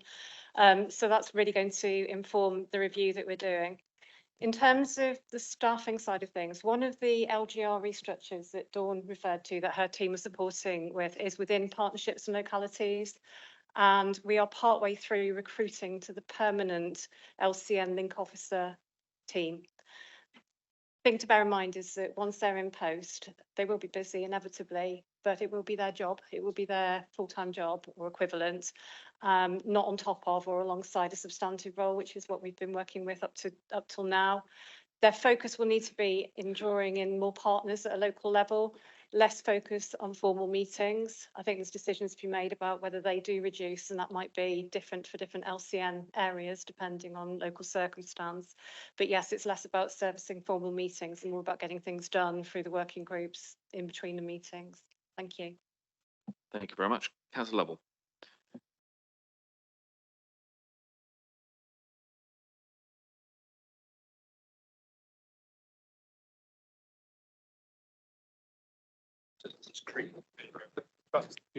Oh, thank you. Two questions, Speed Chair. Thank you. I'm looking at the organisation chart on page 70 of our papers. What seems to be missing from that, it looks very comprehensive, is how elected members and executive fit in with this. So I was just wondering, maybe this could be taken away and actually chart arrows could be put in saying this, and this is where elected members fit.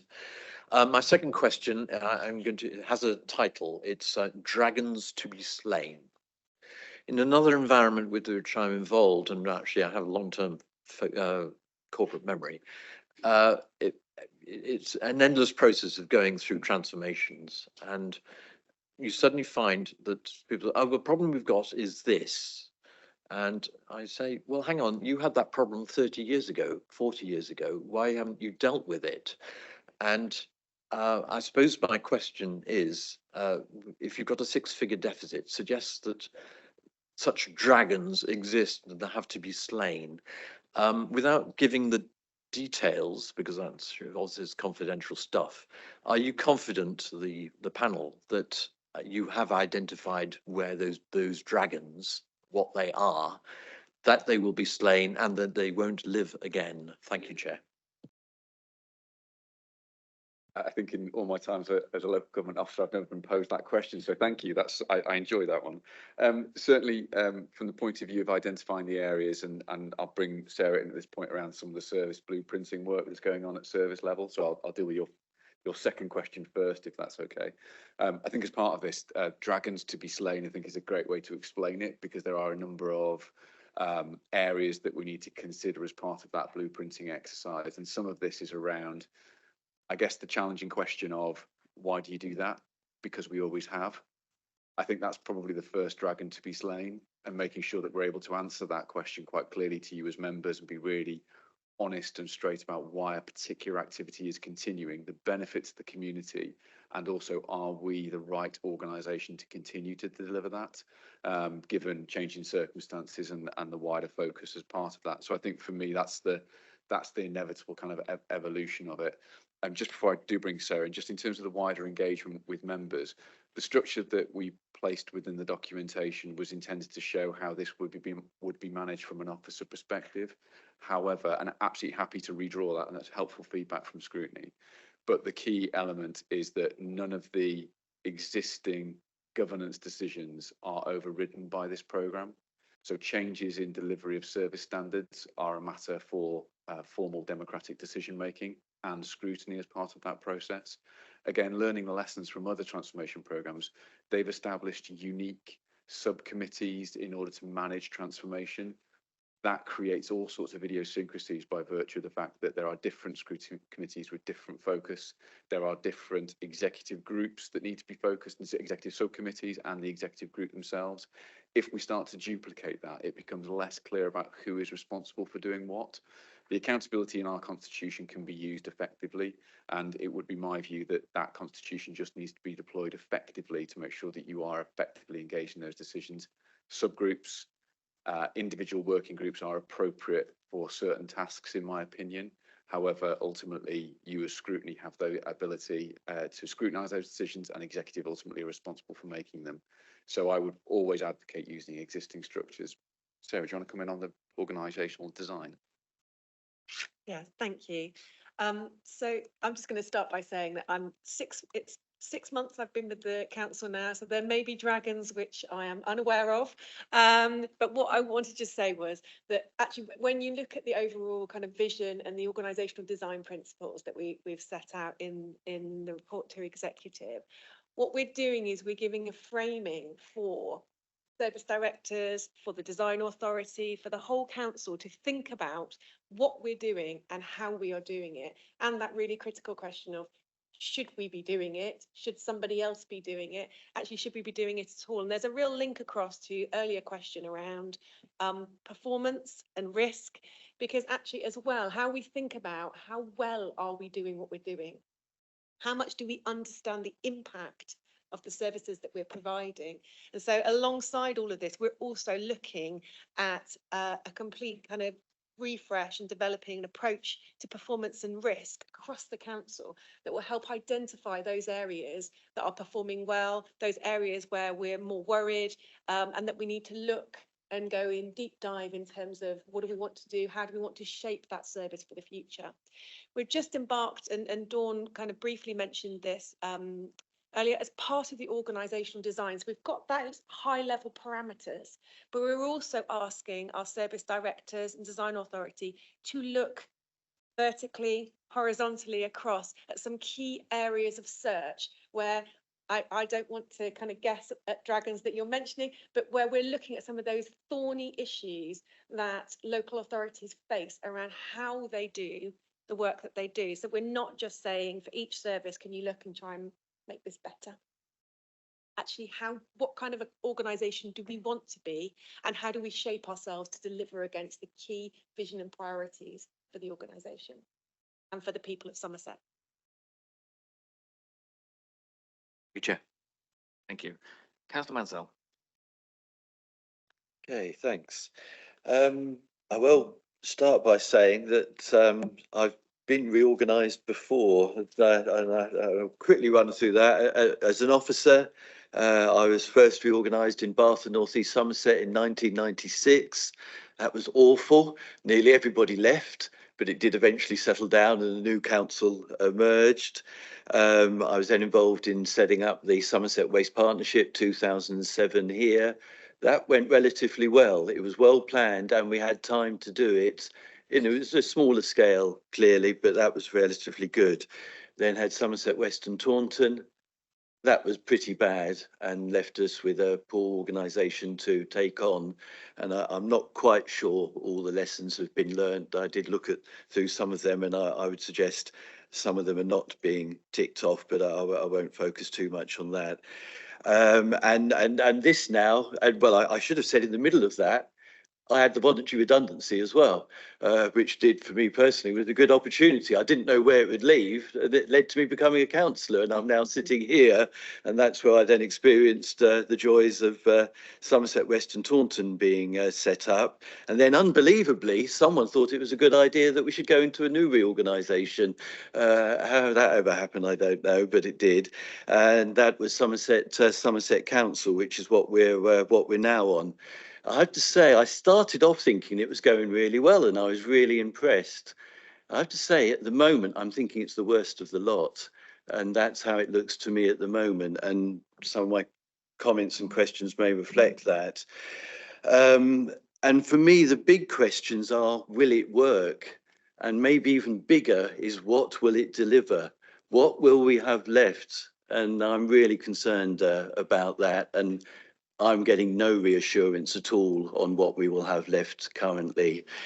Now, and it's been led by, and it's because it's been led by the wrong reasons. It's been led by the need to make massive savings and to make massive job cuts. And it's absolutely clear, no one's denying it, it's written in the papers. This is what's driving the process. And that is a really bad driver for this process, because that will indicate the outcome that comes out of it. So we're looking to cut over 1,000 jobs. Precise figures aren't given, but it looks like it's somewhere between 1,000 and 1,500. And we're looking to further reduce services. That's stated in the papers. That is what's coming. But I was concerned where we were at the moment. We've got staff who are already greatly overstretched, who struggle to deliver the services that we're now meant to have. Regardless of the service standards, we haven't got the staff in place to deliver. And we've got lots of officers who are really doing their best and achieving good things. And you try and work the best with them, and you can see that they're working hard. But time after time throughout the council, you just come across departments which are greatly overstretched. They've got too much to do at the moment, and it impacts on the services. And now what we've seen since this process started is staff are leaving. We're already losing good staff. There's loads of them already gone. They've given up on this council. They don't see a future here. They've gone. And that's been really disappointing. And I did mean to start something else that's disappointing. This has been known since December. We've been talking about doing this. As members, this is the first scrutiny session we've had on this. This is way too late. We haven't even had a briefing on it. The other members have been cut out of this. What's going on?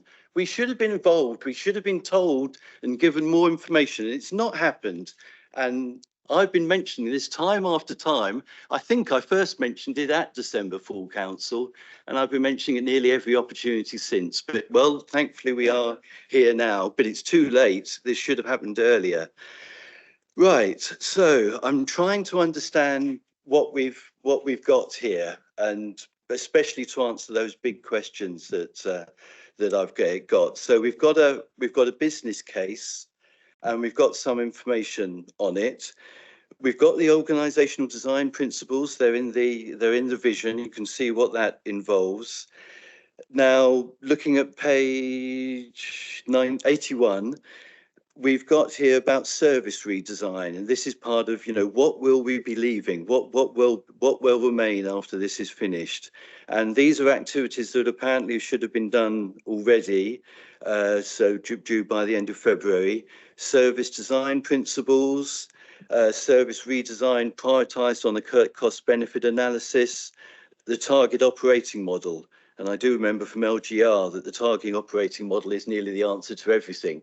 So we really do need to know what target operating model is. I'd have loved to have seen some information on that in this report.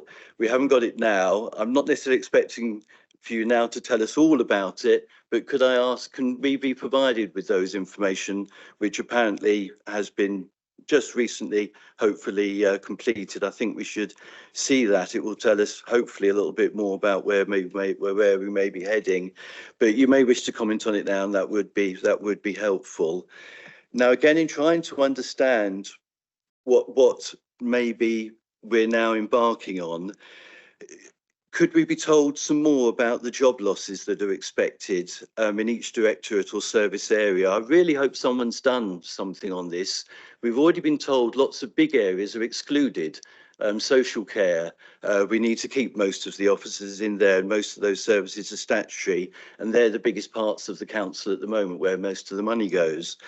So it would be really helpful to know, and you know, how many job losses are we looking at each directorate in each service area? How many staff will be left to deliver the services in those areas? And how far are we planning to cut services to? They're going to be reduced, that's stated. Now, there has been some talk that we're working down to just statutory service levels, and that's not well defined, and it's a very grey area, but we've often been told that's where we're aiming for. It's not clearly explicit in this paper, but is that the guide that officers are working to? We've seen it is in some cases. Is that the intention, just to go down to statutory? So there we are. Those are my questions. I'll be interested in the responses. Thank you. James? Thank you, Chair. Thank you for the questions, Councillor Mansell. So I'll take them in a slightly random order, if that's okay, just as I've noted them, but also kind of hopefully to string them together completely. I think first and foremost, in terms of the levels of service, and Councillor Mansell has covered this incredibly well, actually, it's very difficult to define what that means. And we know from our colleagues elsewhere in the country, they have tied themselves up in considerable knots. You'll remember when Birmingham City Council announced that it would have to reduce its services to statutory minimum. And then 2 months of debate ensued between the trade unions, the public and the council about what that meant. And what was quite clear after that period is they didn't know, simply because it's not well defined in legislation. So I believe that's a slight red herring to say services will be reduced to the statutory minimum. We always need to be mindful of what the law requires of us and what the statute requires of us, and making sure we're providing that advice and guidance as part of those next steps. So first and foremost, I think that's the key element. In terms of the target operating model, we see that as a key opportunity for scrutiny, for engagement at your next meeting, and we believe there's an opportunity to consider that. It also starts to articulate the design principles in a different way, how we're going to be working with our partners moving forward. And of course, we need to ensure that our executive are comfortable with that as we move forward, and making sure that it does keep in line with the council plan. So absolutely a key component of that. However, the target operating model doesn't answer all the questions that are set. Moreover, it's a guide to make sure that when services are considering what they can operate and how they can operate, they need to ensure that they have some rules of the game, some rules of engagement, and that's exactly what the operating model is intended to do. The worst operating models are those that are written, are overcomplicated, difficult to anticipate, and stay on shelves. And lots of money has been spent elsewhere in the country with lots of independent consultants providing that advice. We haven't taken that step and won't take that step simply because it's making sure we're able to articulate it. The key thing is, though, what does that mean for services is always the killer question to ask. And also it's a killer question that we need to be able to articulate. If we say leaner, employing less people and more agile, what does that mean for the planning service? What does that mean for revs and bends? What does that mean for? They're all killer questions that we should be asked throughout this programme as part of developing it. But we don't know yet. That's a simple fact of the situation, that we are going through that design process as we speak. We are going through the blueprinting process as we speak with our service directors. And of course, part of that is making sure we bring those decisions back into the political domain to make sure that you can scrutinise those, and ultimately through the democratic process, executive can confirm whether they are comfortable with those changes or not. So rather than kind of dealing with each of them in turn, it's recognised that we have overstretched services. We have a number of areas that require focus. One of the key reasons that Dawn's already advised on is making sure that we understand where it's difficult to recruit, where we have a high number of independent external providers or locums being used, and using that to actually say that actually there's no point in even enabling or allowing those VR requests to come forward. Why exacerbate a current problem? And it also goes to Councillor Cole's point around that managed business-led decision-making rather than a whole council-wide approach to VR. This is not a case of who wants to go can go. This is about service-led decisions as part of that process. undoubtedly the financial emergency has had a significant impact, and we would have been further ahead undoubtedly, but it's been really clear, and again this has been covered very well through council meetings and executive meetings by Councillor Lashon and Councillor Buck-Philip. Clearly the process we were going through as part of LGR wasn't fast enough, wasn't deep enough, and we needed to review that given the financial crisis. I'm afraid I can't really answer the question associated with being led by the wrong objectives. That's probably something to reflect on, and certainly we can pose the feedback from this meeting back to executive in terms of the focus of the programme.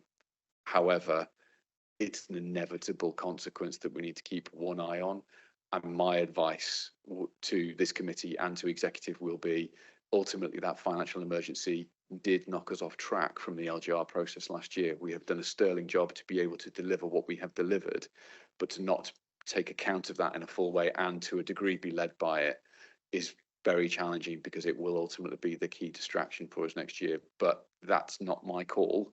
The advice of Scrutiny and the point that Councillor Maltel has made is an incredibly good one, and something that I will need to refer back to executive for review through its formal review of the programme. Dawn, anything you want to add to the control points? Just a couple of points, if I may, Chair. I think thank you for the feedback, first of all. And for many of us probably that sat here in front of you today, we've also worked in numerous councils. I know myself, I started restructuring local authorities back in 2008 when we set up Cornwall Council. So it's been many, many years of, learning what works, what doesn't, and how to avoid those pitfalls. So we do bring a lot of that experience across the table, and we have a raft of people that are not here today that are sat behind us that are really working through, because the devil is always in the detail.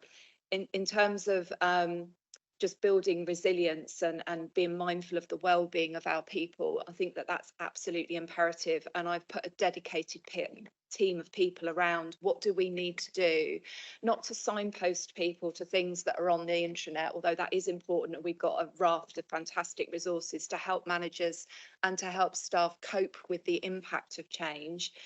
But we're trying to also put a human face to human resources as well. So one of the things we've been doing over the last month is doing drop-in sessions around the whole of the county, including going to depots and not just the main office buildings, where all staff at all levels have had the opportunity to come and speak to a member of my team to talk through if they've got any sort of queries or questions around voluntary redundancy. But clearly some people have come forward just where they're struggling with other concerns that are affecting them at work as well, and we will continue to do that. So we recognise that having a high engagement approach, having a lot of communication and staff engagement throughout this is going to be absolutely imperative.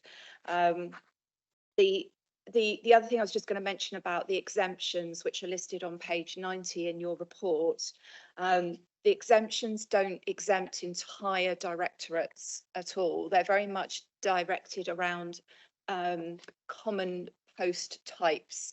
So, for example, we have social workers that are exempt, but that doesn't exclude all role holders in adults and children's from considering whether or not the voluntary redundancy scheme is the right thing for them.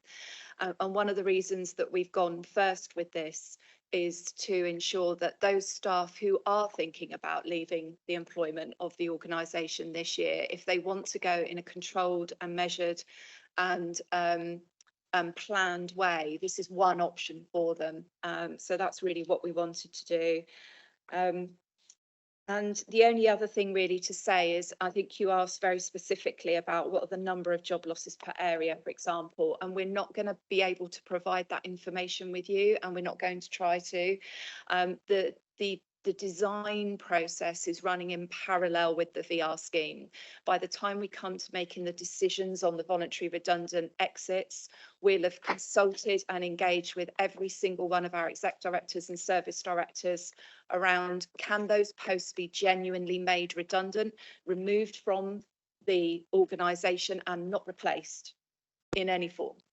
So if we can't do that, then there is not a genuine redundancy, and those people will be told that they are needed to be retained in the organisation. That doesn't mean to say that later on in the year they also won't be subject to further reorganisation, and the possibility of a compulsory redundancy later in the year. But we are not going to let people go up front where clearly there isn't a genuine redundancy there that meets the criteria that we're agreeing. And we're currently in consultation with the trade unions over the detail of the scheme. So the design process is running in parallel. By the time we come to make decisions, we'll not only be looking at whether or not a role can actually be made redundant or not, we'll also have feedback from the applicants themselves, because we're asking each employee, can their post be removed? And we're asking every service director, can the post be removed? And we're helping them think through what the options might be in terms of redesign. So this is very different from how we did the local government reorganisation restructuring, where it was tier by tier by tier, and that we had structure charts and there were business cases against each one. And one of the reasons for that is we also need to increase the pace, and we need to give people an understanding of what this means for them and some stability as soon as possible. So we've spent 9 months getting to the first 4 tiers of the organisation, and clearly the financial circumstances have completely changed partway through that programme. So we're now effectively turbocharging that programme, but doing it in a measured and controlled and well-informed and evidenced way. Councillor Lation, you wanted to comment, and then Councillor White. If I may, please, Chair, I just wanted to say that I'm seeing an awful lot of really good, experienced, knowledgeable officers putting in at least 100%. And I do understand that this is a really fast-moving environment. And I was looking yesterday at corporate performance reporting and thinking a year ago, I was just mainly worrying about how I was going to wrap up Q4 at Mendip District Council and what that might look like. And then that led me to think about where we'd been on this massive journey over the last 12 months. And it is huge. And I think what we have to do is understand that within the organisation, we've got people who've come from all 5 councils, so they have brought with them the experience and the knowledge of what doesn't work, and plenty of us have got experience of that from our working environment too. But we've also got knowledge of the things that did work, what they look like, what they feel like, how it feels to walk into that council environment and know that you can find someone to speak to who doesn't just know about their own small area of work, that they actually know how that fits in with the rest of the council. And I think because what we've got is a group of really committed people who have come from those different backgrounds and some from outside Somerset, I think, and that includes the chief executive, of course, that I think we have got the best combination we could hope for. And don't forget that we've got lots of other external factors, like all of those regeneration projects, all of the money's coming in. We've got those minded to letters coming from ministers all the time. We've got other letters coming in from ministers that arrive with no fanfare, but they just come in, and this council has to react to them in the best way possible. And what I'm seeing is people being really positive while it is really challenging. And of course, some people are leaving to go to other places because for their own reasons. We have to accept that that will happen, and we have to accept that we do our absolute best as members, both as for us as members of the executive, where the workload just does become greater and greater almost by the week. But we do it knowing that we do not want to be setting a budget as Birmingham and Nottingham have done over the last couple of weeks. And when you read the reports from those budget setting meetings, you know what you don't want to do. And that then informs what you do want to do. And and nobody can guarantee that we will get this right, but if we get this right, we know that there'll be plenty of other councils right in behind us And I know from my own working life that when you do get something right, you spend the next year then answering the phone to people who want you to tell them how to do it. So, you know, I do know that that will happen too, and I understand is already happening. So I just want to pay tribute, Chair, to those people who are working incredibly hard. And thank you for your time. Thank you, Councillor White. Thank you. And in fact, cancellation has said some of what I wanted to say, but excuse me. I do think that we need to look forward, because it's very evident we led the charge on being very open about our finances, and we're going to have to lead again in local government, but we have to adapt to the world we're now living in, where both government nationally and locally doesn't have the resources we've had in the past. I think that transformation is about long-term, not survival, but actually long-term rethinking of local government. And that is something which is a challenge for all of us who have been involved for a long, long time. I love Martin's concept of dragons. I think that is really helpful idea. And the one thing I'm concerned about as we go forward and we look at the new workforce and the workforce we want is, are we going to do transformation around our job evaluation scheme? Because my understanding, and it may be erroneous, is that we don't put enough emphasis on the professional skills and abilities of people, rather than just the cruder assessment of numbers and period of influence and things like that. So maybe it's too late to actually move away from our current scheme, but I do think that one of the things we should be transforming is recognising how we deal with the professional staff of tomorrow in the organisation, and how we value their contribution and their skills and their qualifications in a way which historically may not have been the case with local government in the same light. So that's my question, but I do recognise that we've got some people here who are trying to do something quite rare in local government, and that is to be really creative about how we as a council can actually create local government which will deliver what we need for Somerset.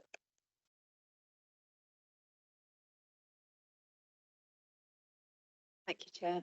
Thank you, Councillor. I'll come in on that one again. In terms of transformation around our job evaluation scheme, it's kind of opening a bit of a box of worms, that one. There's a lot of noise in the system at the moment around concerns with job evaluation and pay and grading, and I think we do need to sometimes just take a step back and look at the two. But what I can say to you is that in the last 2 months, one of my very senior members of my team has been doing an independent review for me on how we do job evaluation in Somerset Council.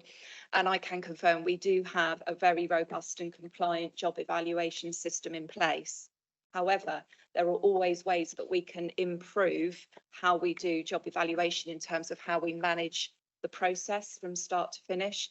As a result of that sort of 2-month review, I will be expecting a report at the end of it, which will also indicate to me where we can make improvements and what support managers need in order for us to get better information through to the panels. So that includes including the quality of our role descriptions and the information that are given to panelists. It will also look at panelist training, trade union training, and also whether we have sufficiently trained and competent resources to do job evaluation going forward. So the whole of the scheme is under review. And as I mentioned at the beginning of our session, pay and grading and total reward is one of the work streams within the workforce programme.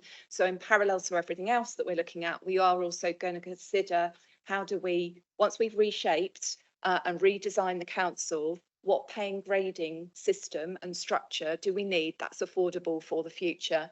Now, that isn't a quick project. That sort of project usually takes 18 months to 2 years to put in, and it has to be properly cost modelled and implemented and affordable. But we will have an organisation that comes out the other end of this process that's going to look and feel very different. And we need to ensure that we have a pay and grading structure that's going to attract and retain the best quality talent for Somerset Council in the future. And so we know that all of those things need to be addressed, but we're also looking at what the quick wins are and what are the things that we can put in place immediately to improve the experience for managers and staff through our current way of managing job evaluation. So hopefully that's, I know it's quite a general answer, but just to give you some indication of the longer term project and the immediate work that we're addressing at the same time. Thank you. Thank you. Councillor Mansell, we'll come back to you if you can keep it fairly short, because I've got another 3 members in the room, 1 online, and then we're going to have to move on. But please go ahead. Okay, yeah, thank you. Thank you for the comments. I think I would like to just emphasise that we are seeing staff go already, regardless of voluntary redundancy, and you've acknowledged that. And from what I've been seeing, you know, they're amongst some of our best staff, some of the really good people who were pushing the organisation forward, were doing good things, and they've not seen their future here anymore. And that's just so sad, especially for us.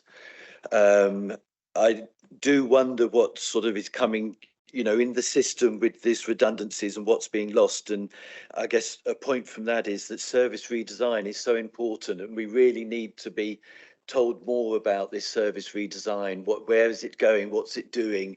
So that's really important. Now, I do wish to say, and I can say it now if you wish, but I think there's something really big that we should have done that we haven't done. I'm still keen to listen to people a little bit more, but I would like the opportunity to say that if I can, to sort of come back to that. I'll do it now if you wish, but would you like me to do it now? I mean, okay.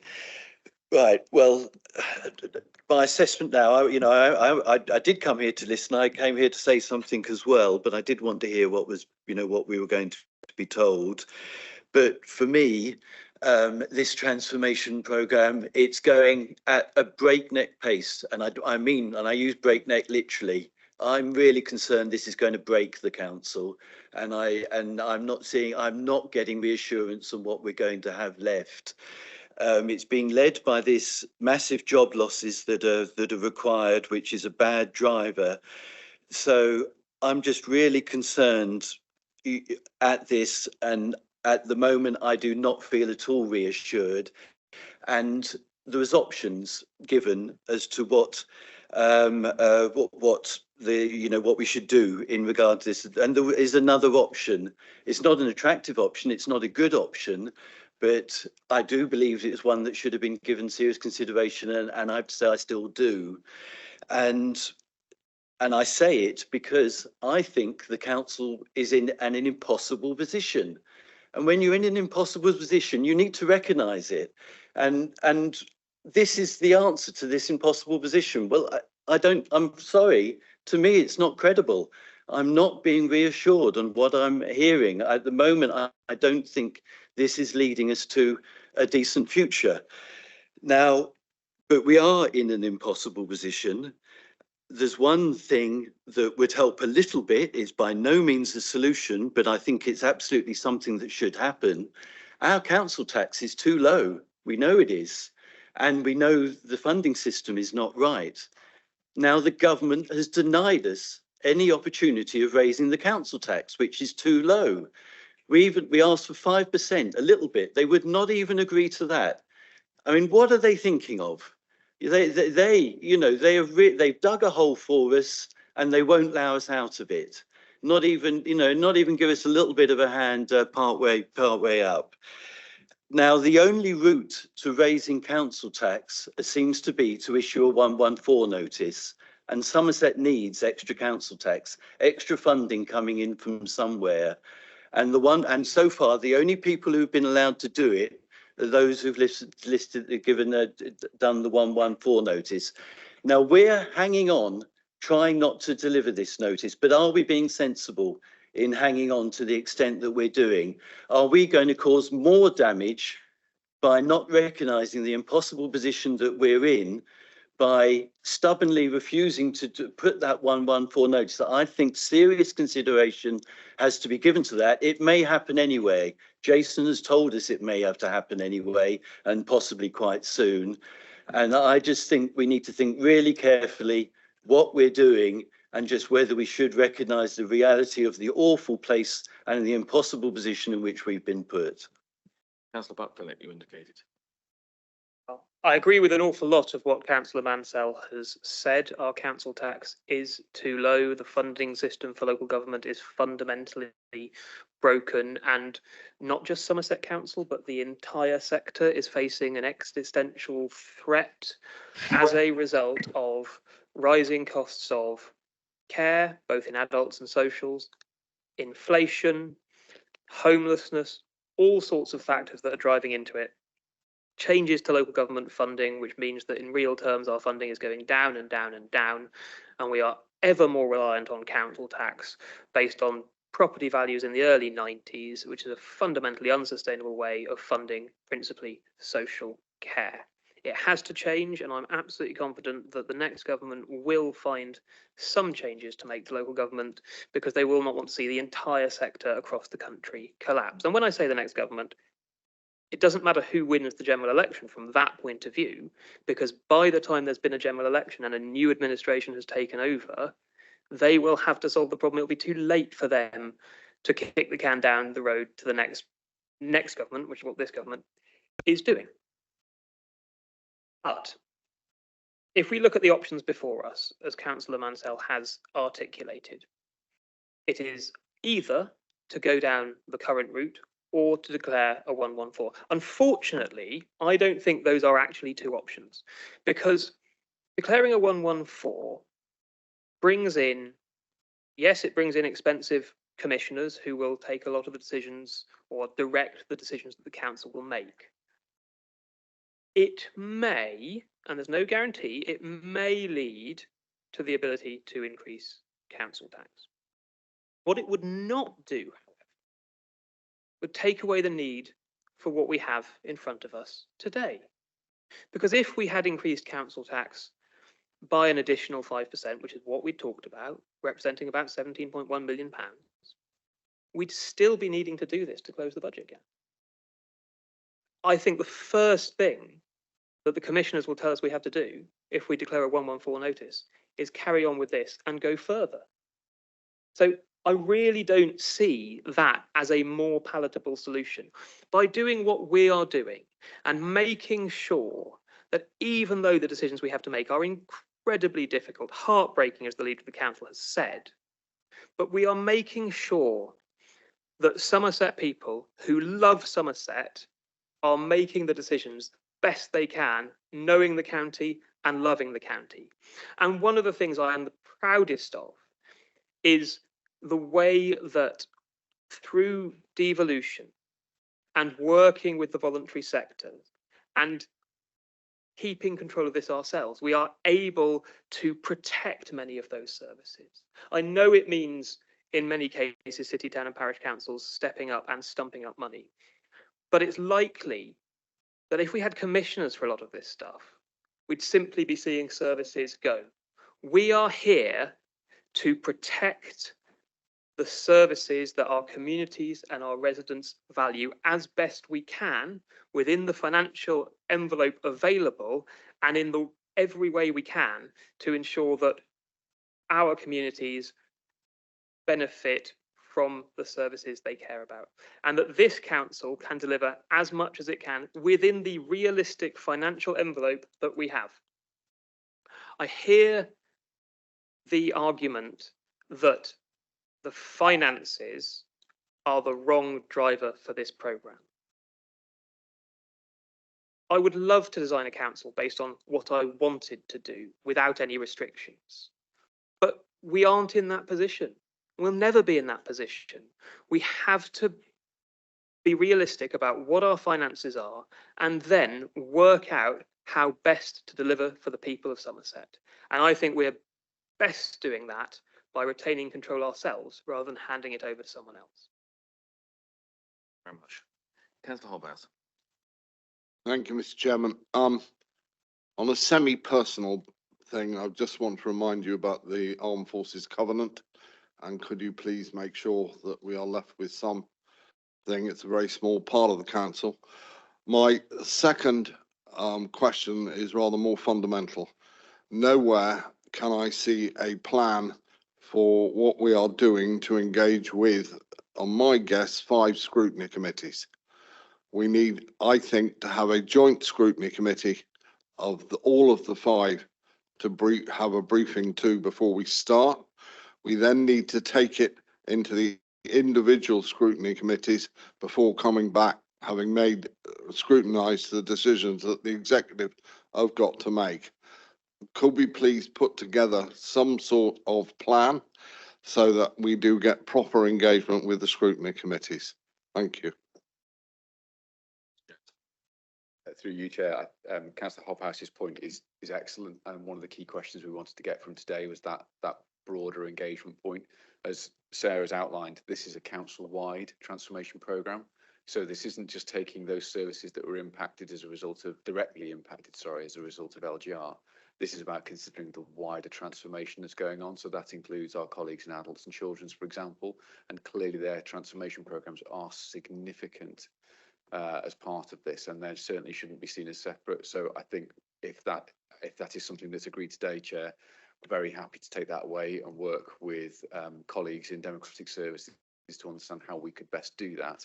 But clearly there are a number of activities that those scrutiny committees will also need to contribute to, scrutinise and engage in as part of this process. But I think Councillor Hobhouse's point is exactly one of the outcomes that I was anticipating from this, and certainly in conversation with Councillor Philip, that was the intention of creating the paper that we did. Thank you. Councillor Satton.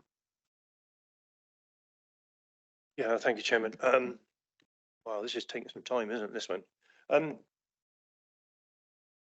As a former trade union convener for Western Helicopters, I find these redundancy situations extremely stressful, especially for staff. It has an effect on everybody's ability to work to their best, and it is the worst situation for anybody ever to be in my opinion. Now, I've got some questions here really that I want to ask. You're looking to make a £40 million reduction in your payroll, and according to the notes here, that's going to cost roughly 37 to £40 million to start with. How confident are you that that can be achieved in that particular route? And is there any contingency in that sum? And does that include possible TUPE staff that may be going to town and parish councils? And I don't think we've done enough work around that to maybe TUPE though to get that balance done between the town and parish councils, and I think that's not moving quick enough, I don't think. 45-day consultation period. It used to be 90 days for this number of redundancies. It's now down to 45, which is really tight consultation period. I calculate we're roughly about 20 or 21 days into that. So how confident are you that that consultation period will be completed in 45 days, or do you see a need for an extension to that consultation period?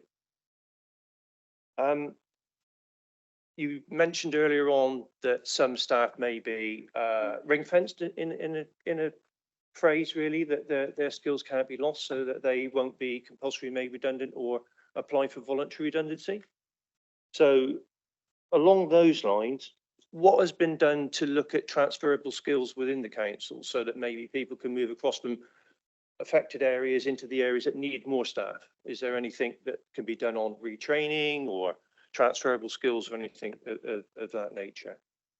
I'll leave it at that for the moment, and I may want to come back, Chairman, if I can. Thank you. Chair, I'll introduce and I'll hand to Dawn in terms of dealing with the relationship. All I would say is certainly from where the engagement commenced with our trade union colleagues, under Dawn's leadership, that relationship has improved immeasurably, and we've seen much more dialogue and engagement, and we are spending a considerable amount of time. Dawn and her team are spending a considerable amount of time on that engagement, but I'll hand over to Dawn at that point in terms of some of those detailed points. Yeah, thank you, Councillor Selton, for your questions. I guess the first one is the financial, and it is the killer question really. It's around the confidence around those financials. We have got a lot of support through Nicola and her team around looking at validating the financials as we go all the way through this programme, including tracking it right the way through with the VR programme as well. Clearly, the figures that you've seen in the paper are very high level, and we quite expect you to scrutinise and challenge us on that data. And as the programme progresses, we will have more depth and analysis that will substantiate how close we are to those figures or not, but we feel that they're a very good indication of what it is going to cost for us to reduce the workforce by in the region of 1,000 posts. And just to again remind members, that isn't all about job losses, because a chunk of those posts may come out because we're reducing agency and removing vacancies, etc. So there's lots of different ways that we're trying to tackle that number. In terms of the consultation with our trade union colleagues, that continues to be very positive. As always, it's sometimes challenging and we come at things from different perspectives, but we're working really well together. The meetings are very constructive, and our trade union colleagues are being very helpful actually in suggesting ways that we can move some of the issues that have been raised around consultation. So we're just beyond halfway on that window, 45 days. It comes to a conclusion on the 24th of March. We're meeting again with them on Wednesday next week, and we've been meeting on a fortnightly basis as a minimum. And we also communicate in between meetings to try and move this forward.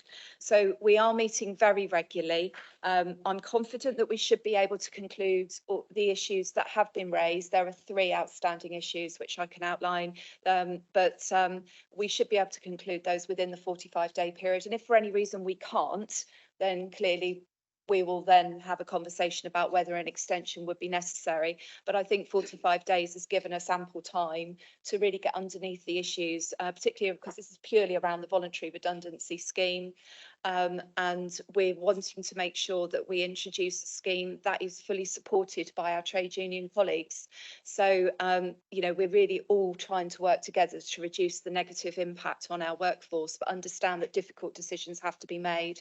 So they're very much involved in shaping the decision-making process on who's going to be able to leave or who may not be able to leave.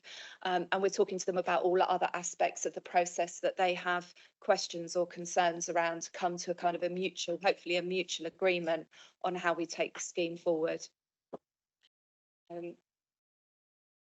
And the last question, I think, was around transferable skills, which was also a really, really good question. I think we haven't done a huge amount yet, is the honest answer. We've got an organisational development team in place that's going to be looking at how we both support our staff and managers through change, but looking at what is our essential OD agenda for the next 12 months. And what we know we need to do is put all the basics in place, because some of those basics are not yet in place for Somerset Council because we're still such a new unitary authority.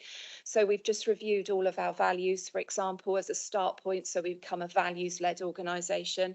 But in terms of skills and how we're going to redeploy people and identify what talent we actually have already in the organisation, that's a really big area for the team to look at. We're looking at how we can improve our learning management system. So how do we actually collate that information from over 4,500 people across the organisation? We need to understand, in terms of the basics, we also need to make sure we're robust and compliant. So as a very much a start point, we've done everything looking at that employee experience from when they join us to potentially when they leave us, and looking what needs to be put in place. So one of the priorities will be around performance management. We don't, and we are an organisation that's going to be smaller, but we need to be managing the performance, the productivity, but also the engagement of all of our staff. So we're looking at how do we put those interventions in place. Some of those will go live on the 1st of April, which is modernising some of our HR practices so we can really get the best out of our employees. We're going to be introducing regular performance conversations for all staff with their managers, rather than like an annual appraisal or a biannual appraisal. And those regular conversations are designed to understand are people really clear about what's expected of them, and they've got really clear kind of goals and objectives, and they understand what they're there to do? Are we really clear about their development needs and their strengths? And are we really clear about how they are actually performing and delivering around our values and behaviours? So those regular conversations are going to help us to identify the talent that we have in the organisation, and we will put together systems that we can create an internal talent pool and deploy people to where they need to be as we maneuver, because we're going to have to be much more agile. We learned a lot during the COVID pandemic about how to do exactly that when there was no time and we had to change ways of working overnight. So we're going to pull on some of that pragmatic, fast-paced kind of approach. It's not all going to be perfect, and we won't all have the perfect IT systems to help us do it. But we are an organisation that's sizable enough with the people and the managers that we've got to do something really meaningful and to ensure we get the best out of our talent as we move forward. But it is going to be a work in progress, and I won't try and pretend we've got all of it ready yet.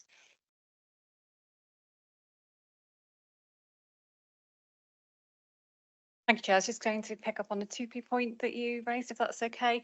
It's very timely, actually, and it's really, really important that we're building this into the devolution programme and understand that.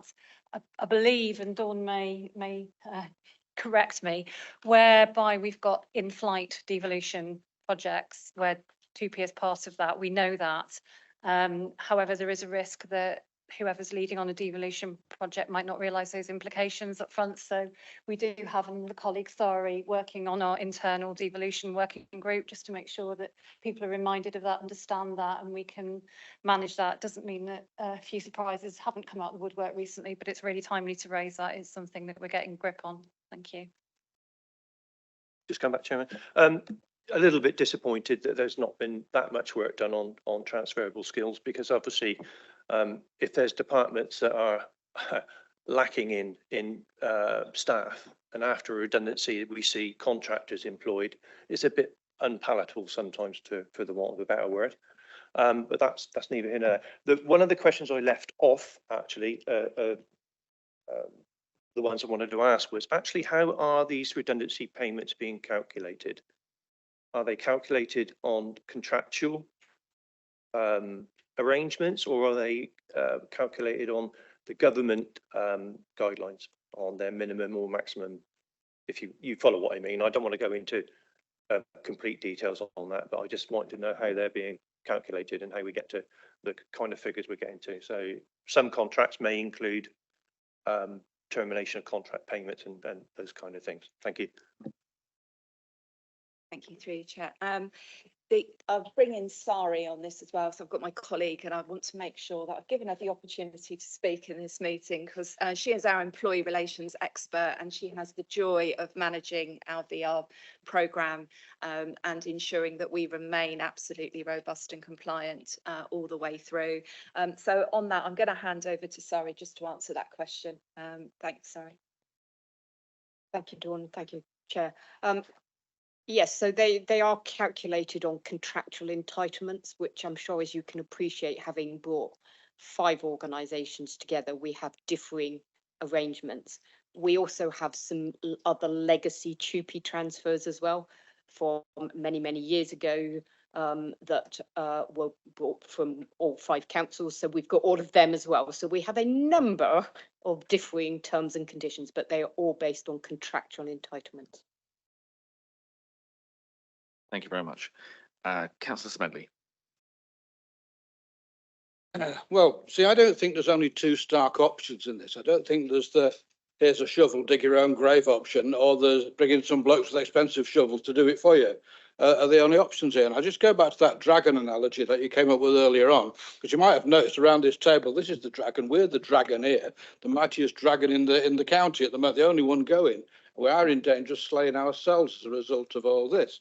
And I just want to take you back to one of the key things that you said earlier on, which was who's best placed to deliver these services? Are we the best placed one? When you're looking at that, are you looking at the other local authorities first as being the ones better placed to it, or are you talking about outsourcing to private enterprise in all this? Because I think the devolution package which has gone reasonably fast, hasn't gone fast and far and radical enough. And I think there's a whole layer of local authorities which could be taking on stuff even more so than we've considered so far. Is that something you're prepared to push that nuclear button to go down? Through you, Chair, I think we'll probably double handle that one in terms of the approach. So certainly from a direction perspective, that we've not been set the direction of outsourcing.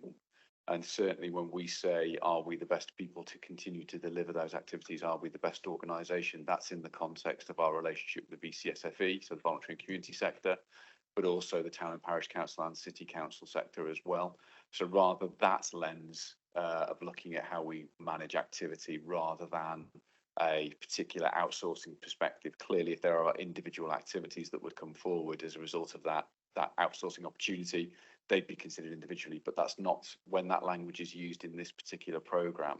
The direction was more around how do we collaborate more with our partners, and that's something that Sarah's been leading on for some time. But as you say, we can now emphasise and develop that further. Sarah. Thank you. And the only thing I'd add to that really is that the devolution programme, which is in quite advanced development, will be brought to scrutiny, and we can look at that, and also that will need to be prioritised and timelined as we go forward. The focus has inevitably been on the devolution projects that link directly back to the savings that were agreed as part of the budget setting, but we are still in dialogue, very active dialogue with our stakeholders and our communities, and looking at opportunities. Thank you. Thank you. Councillor Osborne, Councillor Lation, and I'm going to come back to Councillor Osborne. I think you comment on the scrutiny route. I just wanted to make the point that there is of all of the departments in the council, there is a massive pressure on strategic assets because they're working on sale of commercial investments, they're working on sale of council assets, and they're working on the devolution of assets. And if there is one area where I'm concerned as to how quickly they can work, because the first two of those are absolutely critical in the capitalisation direction, so that we don't have to borrow more money from the government at 1% over the normal PWLB rate, allowing for the fact that government makes money out of PWLB loans anyway, and then that would be plus 1%, which is quite significant.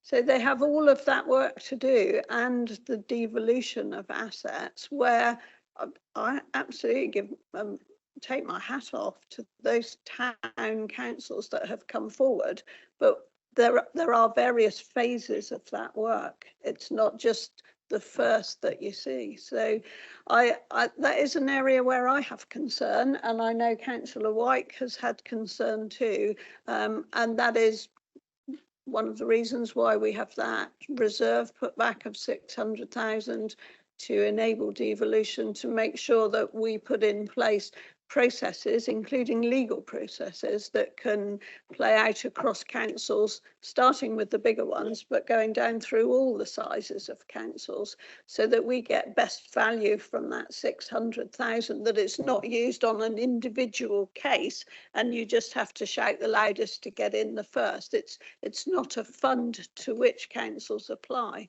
So we have tried to do something to help that process.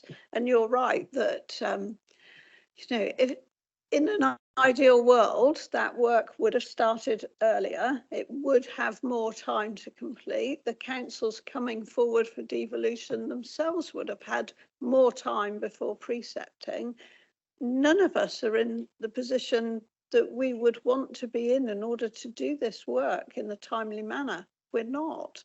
We've got that kind of, and it is a threat of a Section 114 up against us all of the time. So I'm not going to say we're all in it together, but we are, and we'll either find a way through it together, we'll either navigate a way through it, or we know what's coming. And in my view, like Councillor Phillip, I think that would be much worse. And everything I've heard from Birmingham and Nottingham is horrible. And we absolutely do not want to go to that position. Thank you. Councillor Osborne. Thank you, Chairman. You may wonder what the note was I slipped to the Chairman. It was basically to say that I supported Councillor Hobhouse's proposal that we do have a joint scrutiny on this with all the scrutiny committees combined, simply because if you were to take an individual transformation paper and trundle it round every single scrutiny, it would gobble a lot of officer time, and also it's roughly a 6-week cycle for all those scrutiny committees to meet. And if you're trying to do things at pace, then something that's going to take 6 weeks is possibly not where you want to be. So to have one overarching joint scrutiny committee meeting, which can either be public meeting or if necessary, it can be done in workshops. I think that would be a much quicker and time effective way forward for everybody. When it comes to specific parts, then those are the bits that need to go to the specific scrutiny committee. So the bits that specifically involve health or children go to those scrutiny committees. But if this is going to be an overarching oversight, which is what we're probably here to do, then I would propose that you go down that single committee route. Thank you. I think it may well be, and it will be for members to discuss, but the issue of potential workshops, I think, potentially helps as well, because you don't have that whole committee process to go through in terms of the timetabling, and we are working to obviously As I say, a we're very tight working at timetable. pace. We may need to use that workshop approach just to get things done and just to get things discussed. Okay, I've got Councillor Chilcott. You've again been very patient online. If you'd like to make your comments, and then we'll be drawing this to a close. Thank you. I've had to keep scribbling out comments as everybody's been raising them as I go through, but just a few new ones to raise. First, just a point really, I think earlier speakers have talked about no option. Of course, the other option open, albeit not a great one, is that there is a referendum available. That route, if you want to increase council tax, and I don't think that was covered earlier. Just to pick up firstly, scrutiny. There's a huge value to scrutiny with this process, but I will say, and I've said it publicly in numerous meetings, I think our scrutiny is being undervalued at the moment. There have been several occasions where scrutiny comments have not been fed through to the executive, and the scrutiny reporting to full council to me is greatly diminished, and there's very little that goes into the full council papers. And with all the scrutinies, there are a number. Very few councils will attend all of them, so that's the only place that most councillors can pick up those valuable scrutiny comments. I'd like to see that strengthened moving forward, Chair, and I think that's a repeated comment that I've made on numerous occasions, so I'll say it again today. Use scrutiny, but please feed it back effectively so it can be useful. My next comment really is around risk, and reading several of the public interest reports. Risk is something that could have been strengthened in a lot of the councils that are sort of facing problems at the moment. And I think the scrutiny, the risk comments in the report are poor. If I look at, I'm looking at page 66 now, we've got the key risks. And if I look at the second one, insufficient budget for redundancies, the cause is lack of sufficient funding. Well, yes. The consequences cannot initiate redundancies without a budget to fund them, and without redundancies, the programme will not be materialised. Yes. And the financial strategy for the programme is being developed. That's not a mitigation. We don't have lots of resources to fall back on. We don't have earmarked reserves, and it's absolutely critical that redundancy budget is kept under control. If not, the council will not have the money to go elsewhere to find it. For me, if there's one thing our public get most upset about, it's redundancy costs. So it really, really has to be open, transparent, but also under control. So that's the first issue. And I think, like I said, the risk, what you've got here covered risks. I don't think the mitigations are really mitigating the risks that are there. I'll leave that there. I think that's in common with other risks we're seeing in other papers. And just to say, really, again, the devil's in the detail. We're looking at a fundamental redesign. It's massive for the council. It will be crippling for some of our staff. You know, this is homes, families, mortgages that we're talking about here. For some staff, it'll be an opportunity to move on and do other things. But for many who want to stay here, it'll be challenging. I think when you've got staff working next to each other and one person gets the voluntary redundancy and the person next to them doesn't, I think that'll be a challenge moving forward. And I hope they get a lot of support with that. And the other thing is the statutory rabbit hole. We've been told numerous times that we are delivering the same as if we're in a 114 scenario. I don't think we are. I think there will be more that would be done if a 114 was invoked.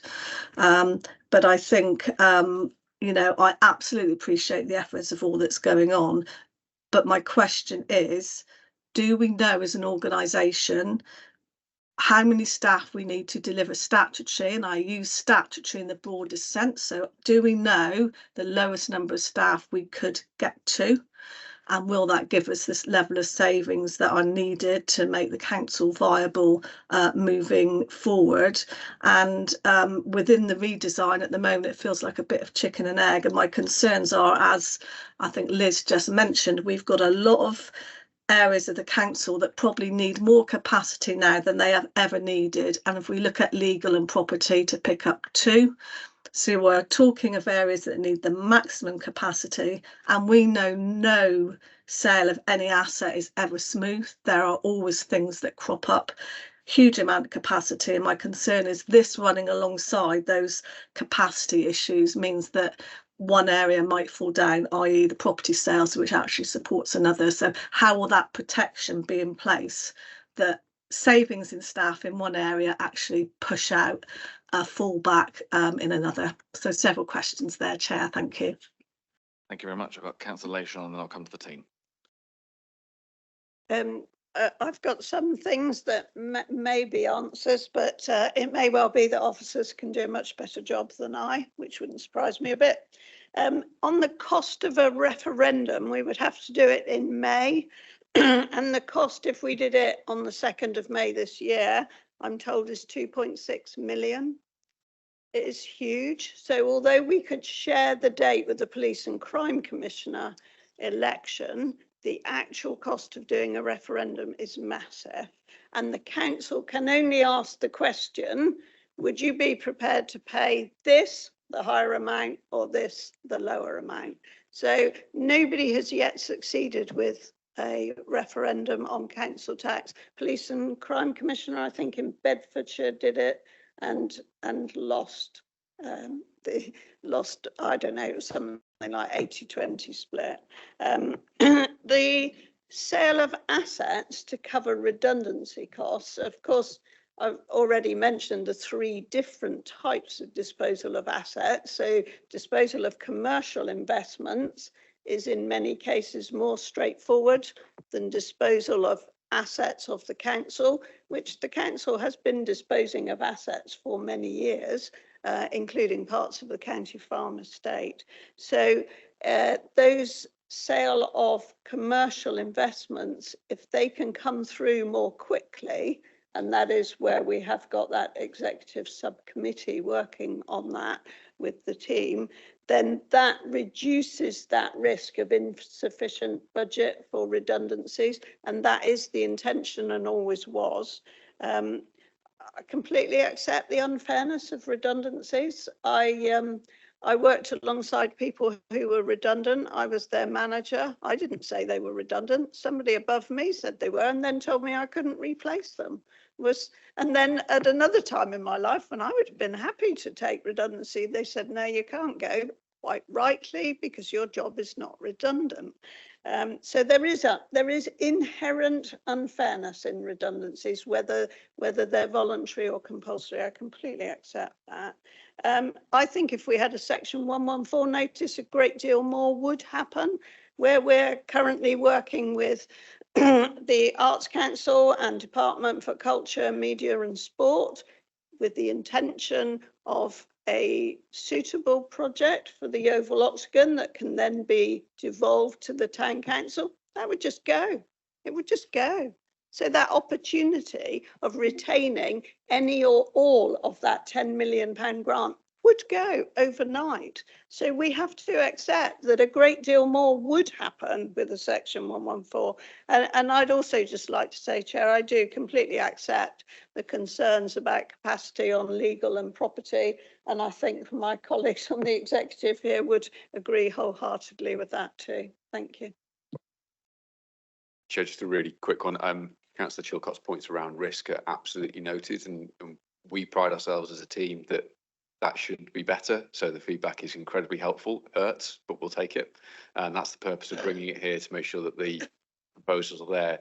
The risk approach for this programme of work and across all of our transformation work, so it's not just the individuals that we see in front of you today, the wider transformation, the focus has to be on the mitigation measures that are put in place. So I think Councillor Chilcott's points are well made, and I can see a number of scrutiny members nodding their heads when the point was being made. So we'll take that away and ensure that that's a key focus for our programme, that we are looking at the impact and the mitigation measures, and they are doing something to reduce those risk scores. That's absolutely appropriate.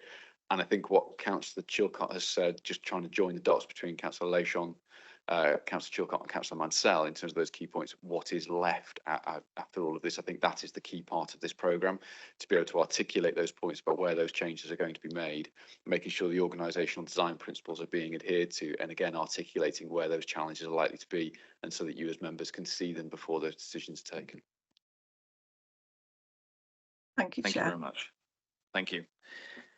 Thank you, members. Again, just to, if I can thank the team for your presentation today, also thank you and your entire team for the work you've done so far and the work you've still yet to do. As members have explained, I mean, it's important, and I think you've shown today that we're looking to make sure that there is a strategy to the transformation that is coming forward. That obviously it's difficult at the moment because there is an element of reaction to the VR scheme. We should know that before our next scrutiny meeting, and hopefully that enables us to have the sort of information that Councillor Mansell was saying he wishes to have. But it is important that we are leading this from the services that we are providing, not simply in response. And I think that's something that's been mentioned today. Again, it's been highlighted that it's important that everyone knows what services are being changed, how those changes will happen, and in cases which services will no longer be able to happen, so that members but also the public are well aware of where we are going, because the timescale we're working to on this is incredibly fast. I think there are a number of issues that we've been taking down during the comments that members have made, but the issue was raised particularly about the governance of this whole process and the involvement of members, both in terms of executive members in the process, but also the role of all members of council and the scrutiny committees. We've heard the possibility of looking at how we work with the scrutiny committees themselves, but also workshops. And I think there's a role for member briefings as well, which have been incredibly useful throughout other processes that we've been going through recently, so that all members are in that rather than just the executive or the scrutiny members. It does coordinate to the 110 that we have. Again, just a couple of other things I was going to mention that have come out from other people, that the importance of recognising the capacity that we have, and also the support that we need to make sure that is there for the staff that are being affected, both those that may be leaving us, but also those that are remaining, and the increased role that they're going to be playing in terms of taking us forward, and the massive pressures obviously that we're under in terms of the financial situation, but trying, as I think Councillor Lechon was alluding to, that we don't just want that to be the only driving factor. We're trying to do what is best for the residents of Somerset within the envelope that we're having to work. So I mean, there will be an ongoing situation on that. Hopefully that covers most of the issues that have been raised. As I say, I will make sure that when the minutes are being drawn up, we've got the note of all the other issues that have come forward that we can feed into the process, because it is incredibly important. We've given a long time discussion today because it is such a fundamental issue for this whole council and where we go from here, and the issue that was raised by Councillor Mansell of what is still here when we've done what we need to do. But thank you very much, as I say, for your input, and we will make sure that we ensure that scrutiny feeds into the whole process. Councillor Mansell. That was a very good summary, and I congratulate you for that. May I just say, could it also be requested that we do have information on other options? I mean, the one that I was particularly keen on is this. I feel we're in an impossible position, and what results from that, if that could be part of what we're requesting. I think officers and executive, sorry, Councillor Leishon. Sorry, Chair, it's just worth mentioning because we've requested the capitalisation direction. We will have a piece of work completed by SIPFA, and I think that that might be quite useful to Scrutiny as well as to the whole council. But I can't remember what that's called. Nicola might remember. Jason would remember if he were here. But there is a standard piece of work that they will have to do for this council, and that is required by government. I think we'll certainly make sure that if there are, as briefings and workshops are coming forward, we make sure that we all are aware of what the alternatives are, because I think, as we've heard, the alternatives are maybe not any better than what we're trying to achieve is better than what the alternatives are, but I'm sure those alternatives will be put forward so we can see what the other options are if we don't take the difficult decisions ourselves. Chair, it's an external assurance review from SIPFA. Members, if you're okay, then that we move on to the next item on the agenda, and we will do. Yes, Councillor Osborne. Sorry, Chair, before you go on, I put in proposal to support Councillor Hobhouse's. Yeah, we will certainly. That is Has part that of what. been noted, or do we have to Yes, vote on it? As I understand, it has been noted in terms of the way forward is to make use of scrutiny through workshops and briefings, because that helps again with the timetables that we're working to. So yes, we will make sure that is one of the recommendations that comes out. Exactly, and I've just been reminded, we also have an imminent discussion of the chairs and vice chairs of all the scrutiny committees. So again, we can coordinate to make sure we work together rather than cutting across and duplicating efforts, because we need to make sure that everyone is as focused as we can be on delivering. Thank you very much for that. Members, if I could ask you to move on to the next item on our agenda, which is the easy subject, the budget monitoring report, month 10. And yes. Chairman, it's now 10:01, and I wonder whether it might be appropriate to call a brief comfort break for those members that may need it. I'm in the hands of members. Would you like to have a 5-minute comfort break, or? Yep, there are some nods. So we'll take a 5-minute comfort break and restart at 1 o'clock.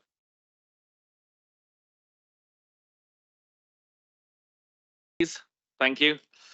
Those online, could someone just confirm again that we are audible? Loud and clear. Thank you ever so much, Councillor Chilcott. Right, we move then on to item 10, and Councillor Leishon, I think you were going to introduce this one to start with, and then we'll hand to 6. Thank you, Chair. I will be extremely brief, just to say that month 10 does look better than month 9, quarter 3, but not really enough yet. And I know that we're already into month 12, so when we see month 11, I'm hoping to see more evidence of the work of all the spending control boards. But then I am also aware that there are some figures on adults where there is work going on with the ICB, Integrated Care Board, because there's a lot of work where we as a council work with the ICB, particularly on intermediate beds as people come out of hospital. So there still is a lot of work going on. And there are places that are really good news, particularly in communities where there's a lot more income than had been forecast. So if possible, I'd like to hand over to Nicola Hicks for some detail. Thank you. Thank you, Leader, and thank you, Councillor Leishon. So yeah, just in terms of the main report, table 1 on page 115 does show that positive movement of 1.2 from the prior month. This is 0.4 from children's and 0.8 from the remainder of the council. If you look at table 2 on page 117, there it just shows the RAG status for that children's section, where you can see the positive movement is in commissioning, performance and children's services. Of course, the appendix, which is appendix 2, which starts on 131, does detail all the movements in children's there. And it's just that positive movement in terms of when we talk about positive and negative. So we've talked a lot over the year about the negative movement in children's, and that's in relation to send transport as well as those external placements. So really they were predicting to be 0.4 higher at year end. So that has come down by that 0.5, which is a favourable movement, but that's detailed in Appendix 2 if you'd like to see that. Just in terms of table 2, just show the remainder of the council and where those areas of underspend are.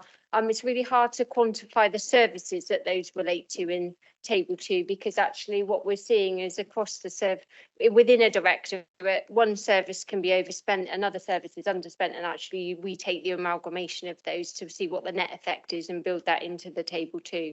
But of course all of the appendices go into that detail if you'd like to see that. Just in terms of as we head towards, as Councillor Lation said, we are, it is a positive movement from where we were in month 3, but still not enough. Appendix 9 actually is a lift out of the month 9 quarter 2 report that didn't come to scrutiny, and that is around the information on the spend board. So the information is showing what we're trying to gather and capture in terms of the effects the boards are having. Ultimately, I think we can see, I'd like to make the correlation between the fact that those boards are in place and actually the declining overspend that we are seeing predicted. But I think some of it is around the boards being in place and the change in behaviour, changing the culture of the organisation. Someone said to me yesterday, God, it's quite a rigmarole, isn't it, to put something through the spend board to get it approved? But actually what it has done is made me think about whether this is essential spend or not. That's exactly the effect we wanted the boards to have. So actually it doesn't create this owner's administration for someone, but it does make people think, is this actually urgent spend in this financial emergency that we're in? So I think that's a good outcome. And she actually fed back to say, I went to the procurement board and actually their challenge was fair, constructive, and actually perfectly acceptable questions in terms of what we were looking to spend and what the deliverable was. So I think that's quite good. There was a lot of noise to start with about the boards, but I think we are seeing the positive effect they're having. And what we're going to do is continue. Those boards will be in place. We'll continue into the new year, but we're just looking at the terms of reference of those boards. Some will change the approach, especially in terms of the spend board. The procurement team are kind of in place now to know what will be acceptable, what's not acceptable. So what that board's going to focus a little bit more on non-compliance, the things that we're not perhaps capturing, those areas of spend that we're still seeing as quite high. And I know we're setting up additional boards in adults and children's just to have a look at the spend in those areas. I know they've got their individual boards in place already, but I know that there's a further overarching board that's going to be set up with Jason and I on to have a look at those areas of spend, and all of that I will start to feed into the budget monitoring reports. And just generally, thank you for those that did attend the interpreting budget monitoring reports training that was held on Monday. It was a really useful session and we got some useful feedback of what members would like to see into our report. So if you didn't get a chance to be part of that, just watch the video back just to see whether there's anything else to be fed in, because these are your reports. We want these to be the information that you want to see in there. So I'm very happy to have a discussion about further information that needs to be included. Just to note, there won't be a month 11 report because the team at the moment are concentrating on getting us ready for year end and the adjustments that are needed to ensure that things are accounted for in the right financial year, especially off the back of we had obviously the new finance system for this year. So we've got that, and we've also got just 2 sets of accounts from the legacy council for the prior year that the team are frantically trying to get over the line this month to get out. So we've got, if you go out into the office at the moment, you'll see about 10 external auditors from Bristol who are in just really focusing on getting that done. So we've just concentrated the team on those 2 areas. But happy to take any questions. Thank you very much. And just wanted to say thank you also, as well as the report. As you mentioned, these have been evolving over time to make them more useful for members, and the briefing was extremely useful. So I think if, as a response to being requested as a previous scrutiny to do that, thank you very much for delivering. And certainly members, if you get the opportunity, if you didn't attend, do watch it back, because it does help to just get your heads around the figures that we're having to deal with. Councillor Osborne. Thank you, Chairman. It's just a suggestion. Yesterday at Executive, we had the corporate performance report. And I must admit, I'm rather surprised to see that the corporate performance report, quarterly monitoring report, isn't an item for this scrutiny committee, because there is a lot of data in here which also may explain or require further investigation. The two do seem to run together, and I would have thought that this would be a good forum to have a look at those reports, not just in terms of identifying what's going well and perhaps what isn't, but also to challenge, is the information that's being collected, is it still fit for purpose? Is it still what we want? As it's likely that that is going to change as this council changes as well. So that's just a comment in there. One of the things that the performance monitoring report did throw up for adult social care was, whilst the good news is that there's no outstanding home care demand, so that's really good news. The bad news is that the number of outstanding Care Act assessments in yearly reviews has shot up now to 912, which is a lot. And the risk for you budgetary wise is that hiding that when those assessments are now done, what is the risk that we could find that there's increased complexity of need, thereby increasing costs? And does it have to be mutually exclusive, that to be good at one, you have to drop in another? And that may raise the issue is how many vacancies at the moment is adult social care carrying in order to sort of maintain its budget at 14.9. Thank you. Councillor Lejeune. Yeah, just a couple of points, really good challenge. Thank you, Chair. Just to say that there is work now, having set up a performance risk and budget monitoring board to pull them all together and looking at how this council does produce the evidence of all those three things and how they work together. So you see corporate performance in one place, you see budget monitoring here in executive, and we see risk going through audit. And what we really need to do is get all three of them working together. So where on the transformation details, there was no member involvement, on the performance risk and budget monitoring board, there is now member involvement too. So the leader of council is on it, I'm on it, and Councillor Butt-Phillip for transformation. So I think that's an area where we will be looking, and some of the other councils, including I think North Yorkshire, which has also gone through unitarisation, they're already working on a way that combines all of those things. The other thing I wanted to say, particularly with regard to adults, I know there's adult scrutiny, but because there's the peer review this week, there are 8 people in doing the LGA peer review of adults, and so I'm sure that there will be a lot of comment, advice, hopefully some guidance in there too when we see that report. Thank you for that, Liz. I was aware, which is why I didn't ask too many questions at executive yesterday on adult social care, mainly because officers are tied up with this peer review, which hopefully will provide some really useful and helpful information for us going forward. And also the lead member, Sarah Wakefield, has only been in that post for 2 weeks, so it would be unfair to expect her to know absolutely everything there is to know about adults. In fact, I don't think you ever do. But I really look forward to seeing that peer review report, and I really look forward to seeing that come to adult scrutiny at the first opportunity. And it may well be there's issues for other scrutinies to come out of that as well. So I'm really looking forward to seeing that piece of work and hope we get best value out of it. Thank you. In terms of the corporate monitoring report, I think that's certainly something that we will take up. We'll liaise with obviously exec, but also with the other scrutiny committees, just to make sure that it is coming to scrutiny. And it may well be that we're the right place for that to be. But also, to be frank, today's agenda has been a little bit heavy anyway. So that's. Yeah, I think that's always a hazard with scrutiny, that the agendas are getting packed. But I would have thought that for corporate performance monitoring, that this is the committee it should be going to. Yeah, and we'll certainly take that up.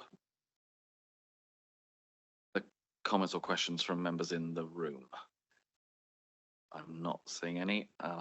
Present, I'm not seeing anything online either.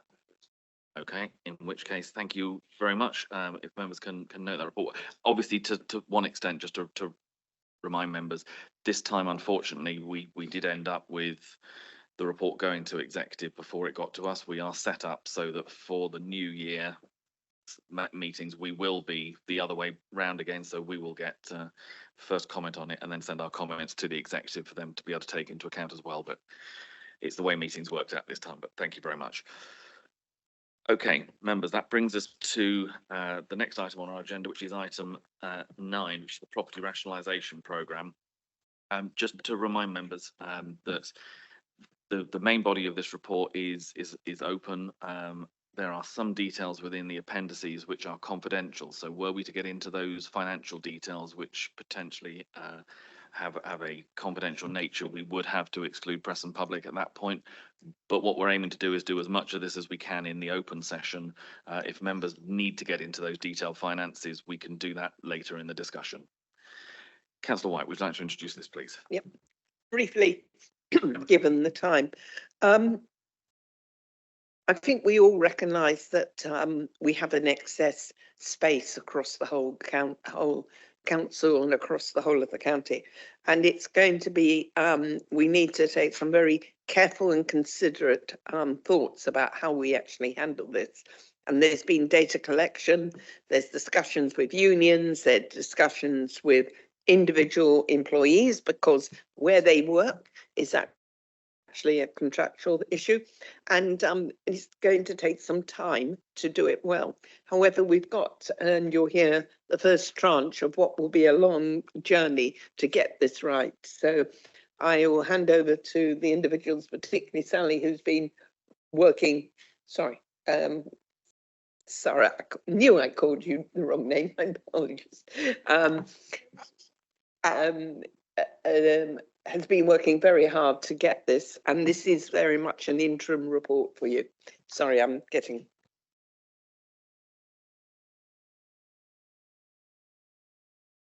Thank you, everyone. So I think that you might recall I last came to Scrutiny Committee in September of last year to give you an update at that point on the property rationalisation programme, and we committed to come back as we'd progressed the feasibility studies to give you further detail as we're moving into decision making, and we're actually starting the key decision process now. So we very much wanted to come to this committee whilst we were in that consultation phase so that we could seek your input as we progress through. So the details in the main. I just ask you to stop for a second. So for some reason, I'm sharing the slides, but then half of them are blurred, and I don't know why that is at the moment. So just bear with me. I've not had that happen before. So.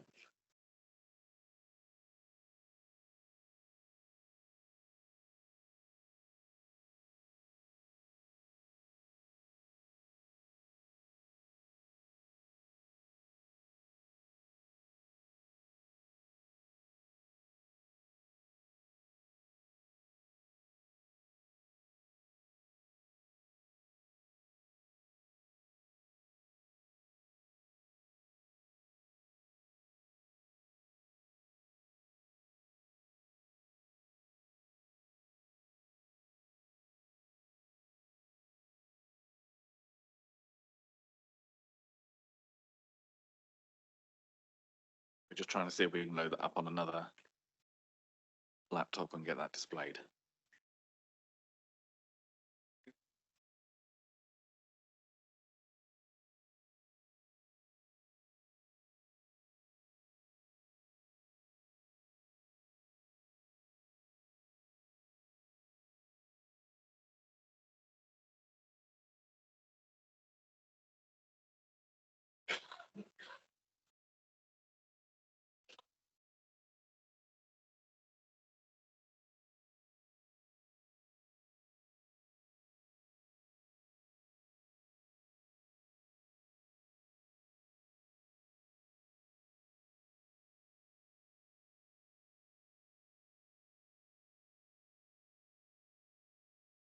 No, there's no notes. Sorry, Okay.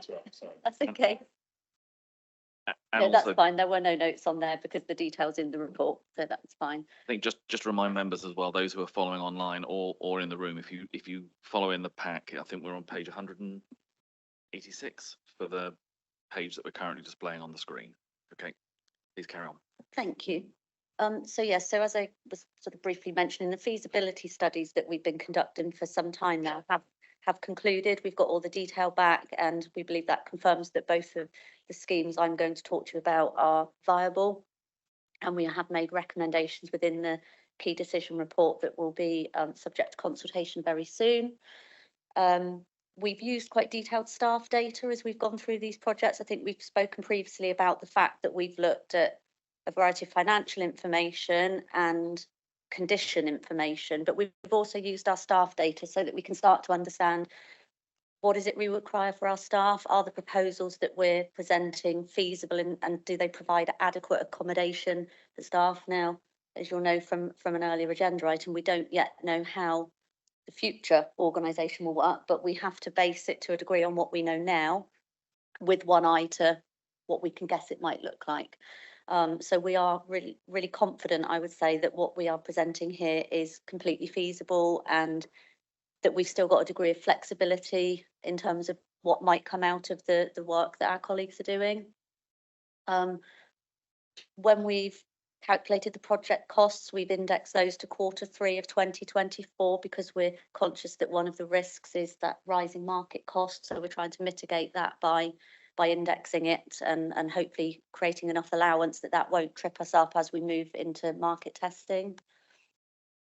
So what we particularly are going to ask you to consider and comment on this morning are A, the recommendations contained within the key decision report, which are namely to relocate services from Petters House, Petters Way in Yeovil to Yeovil Library, and to relocate services from Willerton Children's Centre, Willerton Library and Beckett House into West Somerset House in Willerton.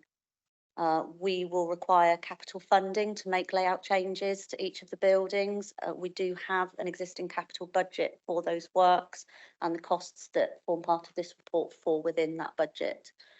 And a kind of slightly separate matter that isn't included in that key decision, but we would also like to discuss our recommendation to proceed with marketing of C Block at County Hall.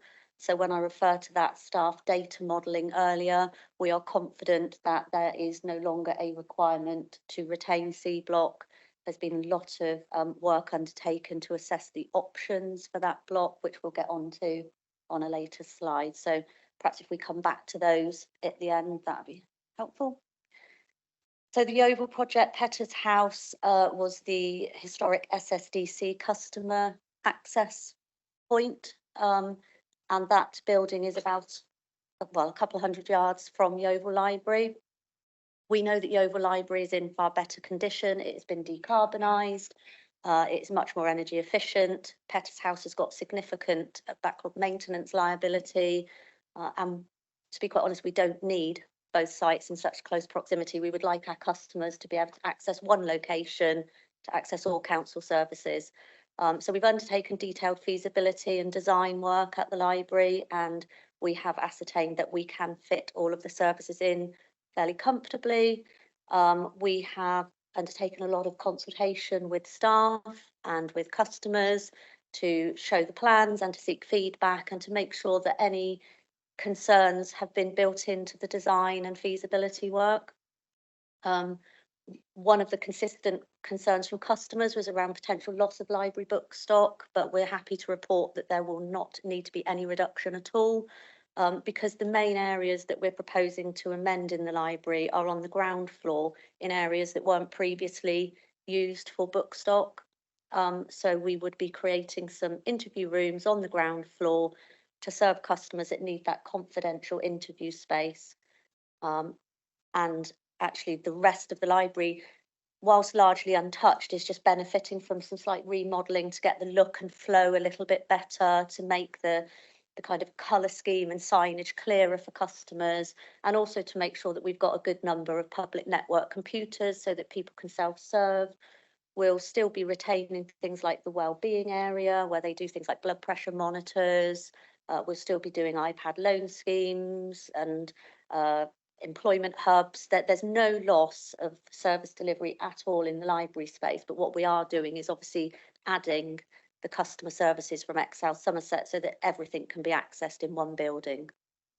So as I said, staff have been consulted, they're regularly being shared designs, they've all been to the library site to look around, and we're confident that that scheme is entirely viable and provides a good opportunity for staff and customers.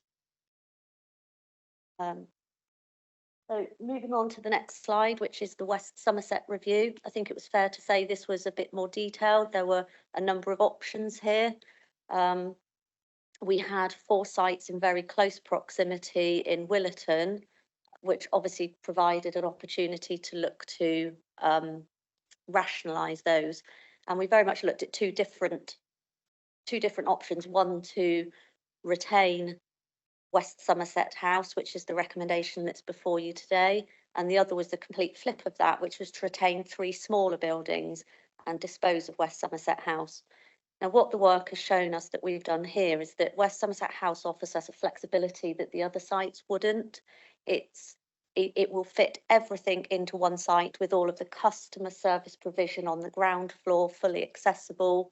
There are also spaces in there that could be let to tenants if we require. And as we move through the organisational redesign that our colleagues have talked about today, this building offers us the opportunity to react to what that shows us. So if we've got services that need to be more locality based, such as our adults and children's social services, if their requirement is to move people more into the locality to prevent unnecessary travel, etc., then this building gives us flexibility to do that, which unfortunately the others wouldn't. Again, we've considered energy efficiency, we've looked at all of our DEC ratings, we've looked at condition survey information, and we've also considered information that's been provided us by experts in the market in terms of what's the potential market for these properties. So whatever properties we declare surplus, have we got a reasonable opportunity to dispose of them? And again, West Somerset House would have been quite difficult, I think, in the current climate.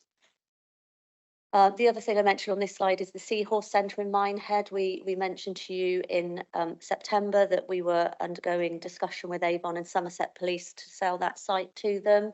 That sale is due to take place later this month. It's due to complete, and it still includes, as we discussed, that lease back to Somerset Council of a proportion of the site to provide the satellite social care training facility as part of the LUF funded bid. So that should complete later this month, and the police will have an inquiry office and their neighbourhood team there, as well as touchdown desks for their response officers. So moving on to the next slide, C block at County Hall. So I've mentioned we've undertaken the detailed analysis. We know from our occupancy data that we can meet the staffing requirements on the rest of the campus. We've looked at things like what is the market for C block. We know that there is considerable interest, and we have got well-developed discussions regarding the potential to deliver key worker accommodation on that site. We have undertaken pre-sales condition surveys. We've ascertained architectural advice and market advice, and what we've been told here, because we've obviously looked at the option of C block versus County Hall as a whole campus, and how do we know the requirements on the rest of the site, but what we're being told quite consistently is that to sell the whole site will not deliver significantly more value than selling it in part. So that's kind of given us some comfort again that we can continue with the rest of the modelling of the kind of workforces we move through, and that we're not putting ourselves in a position where we're achieving less than best value potentially. There is also a proposal as part of the C block project to include the parcel of land at the front of the building, the green space, because that could also be potential development which could enhance the prospect there for any potential developers. So we've discussed this at Asset Management Group, and Asset Management Group have formally declared C block surplus to requirements, and therefore what we're looking to do as part of the recommendation today is to proceed to market that block. Go on to the next slide, please.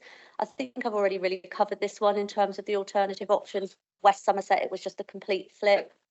move into the other 3 buildings, but we don't think that would be the optimal solution. We'd be managing more properties, we'd be managing properties that require more maintenance, are not as energy efficient, and it would not give us the flexibility for our workforce.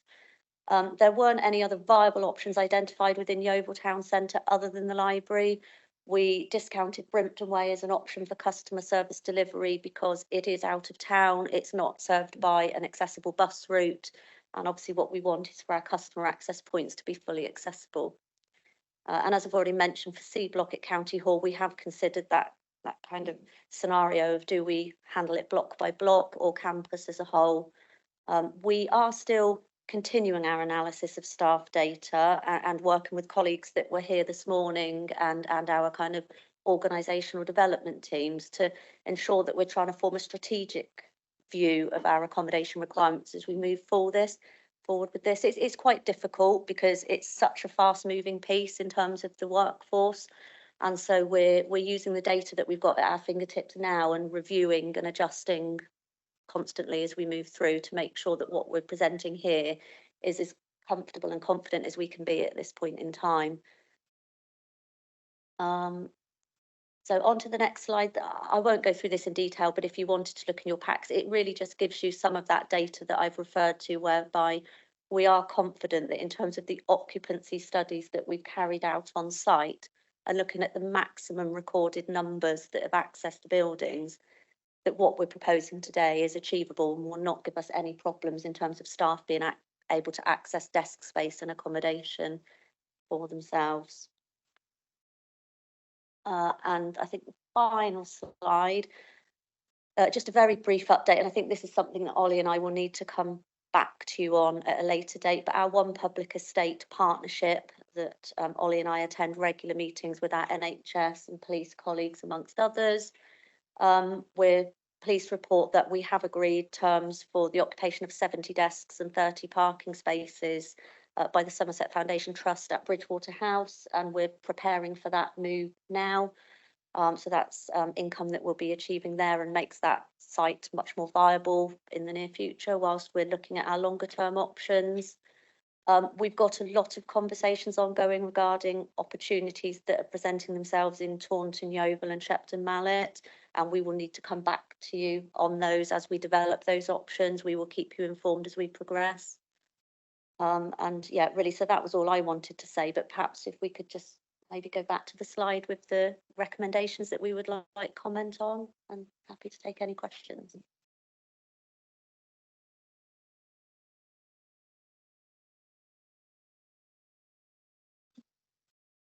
I'm not going to bounce all over anything, I promise.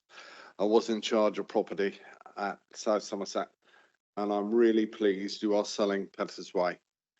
Our previous CEO had a visage that he wanted to move the whole council into it, and without any doing it up or anything else. There are 2 questions I have. The first is, are the police still going ahead with updating? So you're going to lose one of your tenants at Brimpton Way. Are you planning to put a bulldozer through it and rebuild, or are you planning long term to go somewhere else? Yeah, so our accommodation Yeovil as a whole needs review. I think the police occupation of Brimpton Way, the kind of lease end date with that coincides with some significant leases that the NHS are looking at. So what we want to do is look at any opportunities that might present to co-locate. What we're conscious of is the financial climate at the moment and the options that are available to us at the moment within that climate. So we need to look at a number of options in Yeovil. It will be subject to a full feasibility study. And I think there will be several options within that, one of which may be an interim solution whilst we wait for our finances to recover. We know that Brimpton Way isn't in the best location. We know it's not in the best condition. So we're absolutely mindful that if and when the police vacate, that building financially is not great for us, but we need to do a full feasibility and options appraisal so that we make a fully informed approach where Yeovil's concerned. When are you producing a strategic report on Yeovil?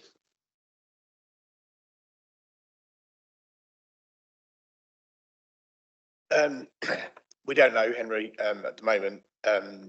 our focus is our next step after this work is Taunton, and we're producing a detailed options assessment there, and we expect to be bringing that forward to the next to your next committee. I think we'll have to see how workload and discussions with the NHS as well. I mean, I think we're working very, very closely with the ICB in particular on Yeovil. They are not able to provide us with a clear steer on their requirements as yet. I think the same would be said of us at the moment. So probably we will wait and see how that develops, and if workload allows towards the latter part of this year, I think we'll be looking at Yeovil in more detail.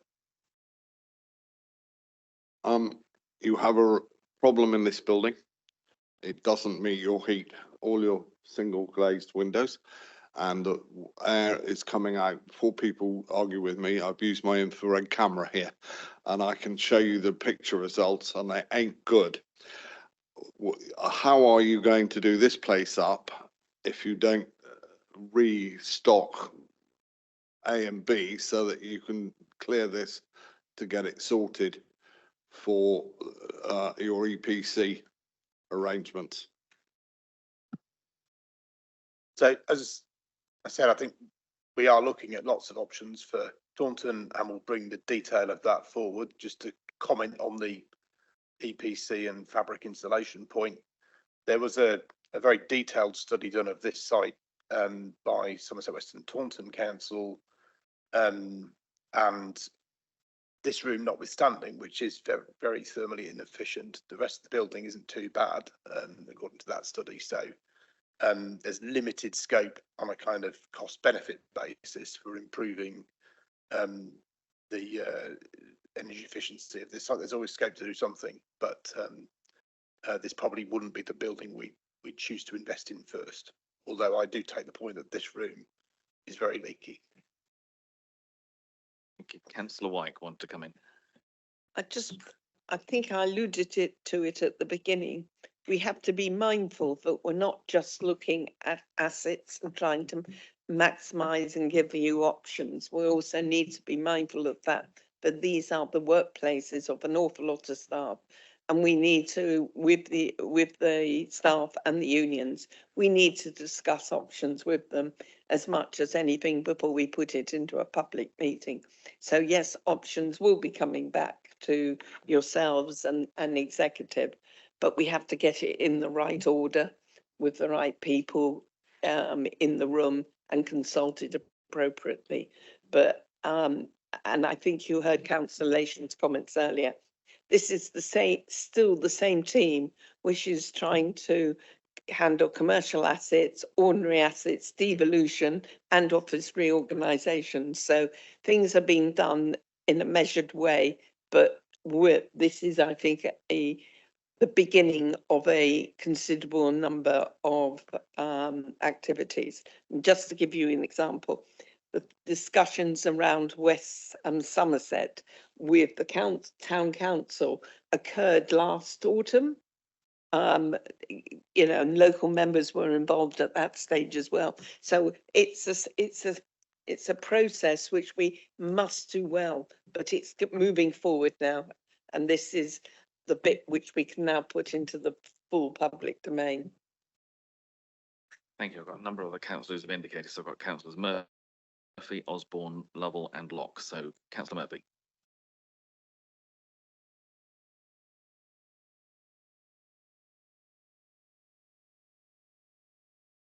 Could you use your microphone, please, Councillor? Sorry. Could you put your microphone? A C block will not be required. I assume you've done some studies on car parking, because in the past, going down there, car parking has been really difficult at times when there are multiple meetings going on around the buildings. Perhaps that was a feature of the beginning rather than now. But have you done surveys on, because if you're selling C block, you would sell it with the car park. Would you not sell it with the car park? Not necessarily. So we can actually, either option's open to us, and I think some of it will depend on negotiation with any interested parties, but there is the ability for us to retain all or some of the car park. So yeah, not necessarily, but we will be looking at occupying. We have an idea on how how much usage there's been. We probably need to do a bit more work on that, but we're confident that we don't have to do a deal that sees us lose that if we don't want to. Councillor Osborne. Thank you, Chairman. A few questions. Hopefully I won't stray into confidential. If I do, you'll have to tell me to shut up. Yeah, interesting paper. I totally agree with Henry that Petter's Way is the right disposal. Getting very worried. So you've agreed with me twice in this meeting. I know, people will start to talk. How exciting. Won't do your blood pressure any good. Sorry about that, Henry. I totally support West Somerset. I think I remember seeing an outline report on this come to one of the scrutinies a while back. And it's a no-brainer, frankly, to put 4 into 1. It's not sustainable. Can I just ask, the valuations you've given, does that reflect the maintenance costs? I'm not naming numbers, so is that a question for confidential? As long as we don't mention numbers, I assume it's fine. So there's a range of figures in that. So there are the indicative capital receipts that we could achieve, and they've been independently verified. There are the revenue running costs, so things like our insurance and our business rates and our utilities bills. And then we have the condition survey information that shows us over the next 10 years how much we would have to spend. So all of that is contained in that confidential appendix. Yeah. That's what I'm looking at the moment, but I wondered whether that reflected the valuations, that if you know that there's things to be done. Yes, so Is that reflected in those valuations that are in front of us? Yes, absolutely. And are those valuations inclusive or exclusive of legal fees and transaction costs that you incur when you come to sell on something? They do not include fees. So they don't include those. That's fine. I mean, West Somerset is fine. I don't have any arguments with any of those at all.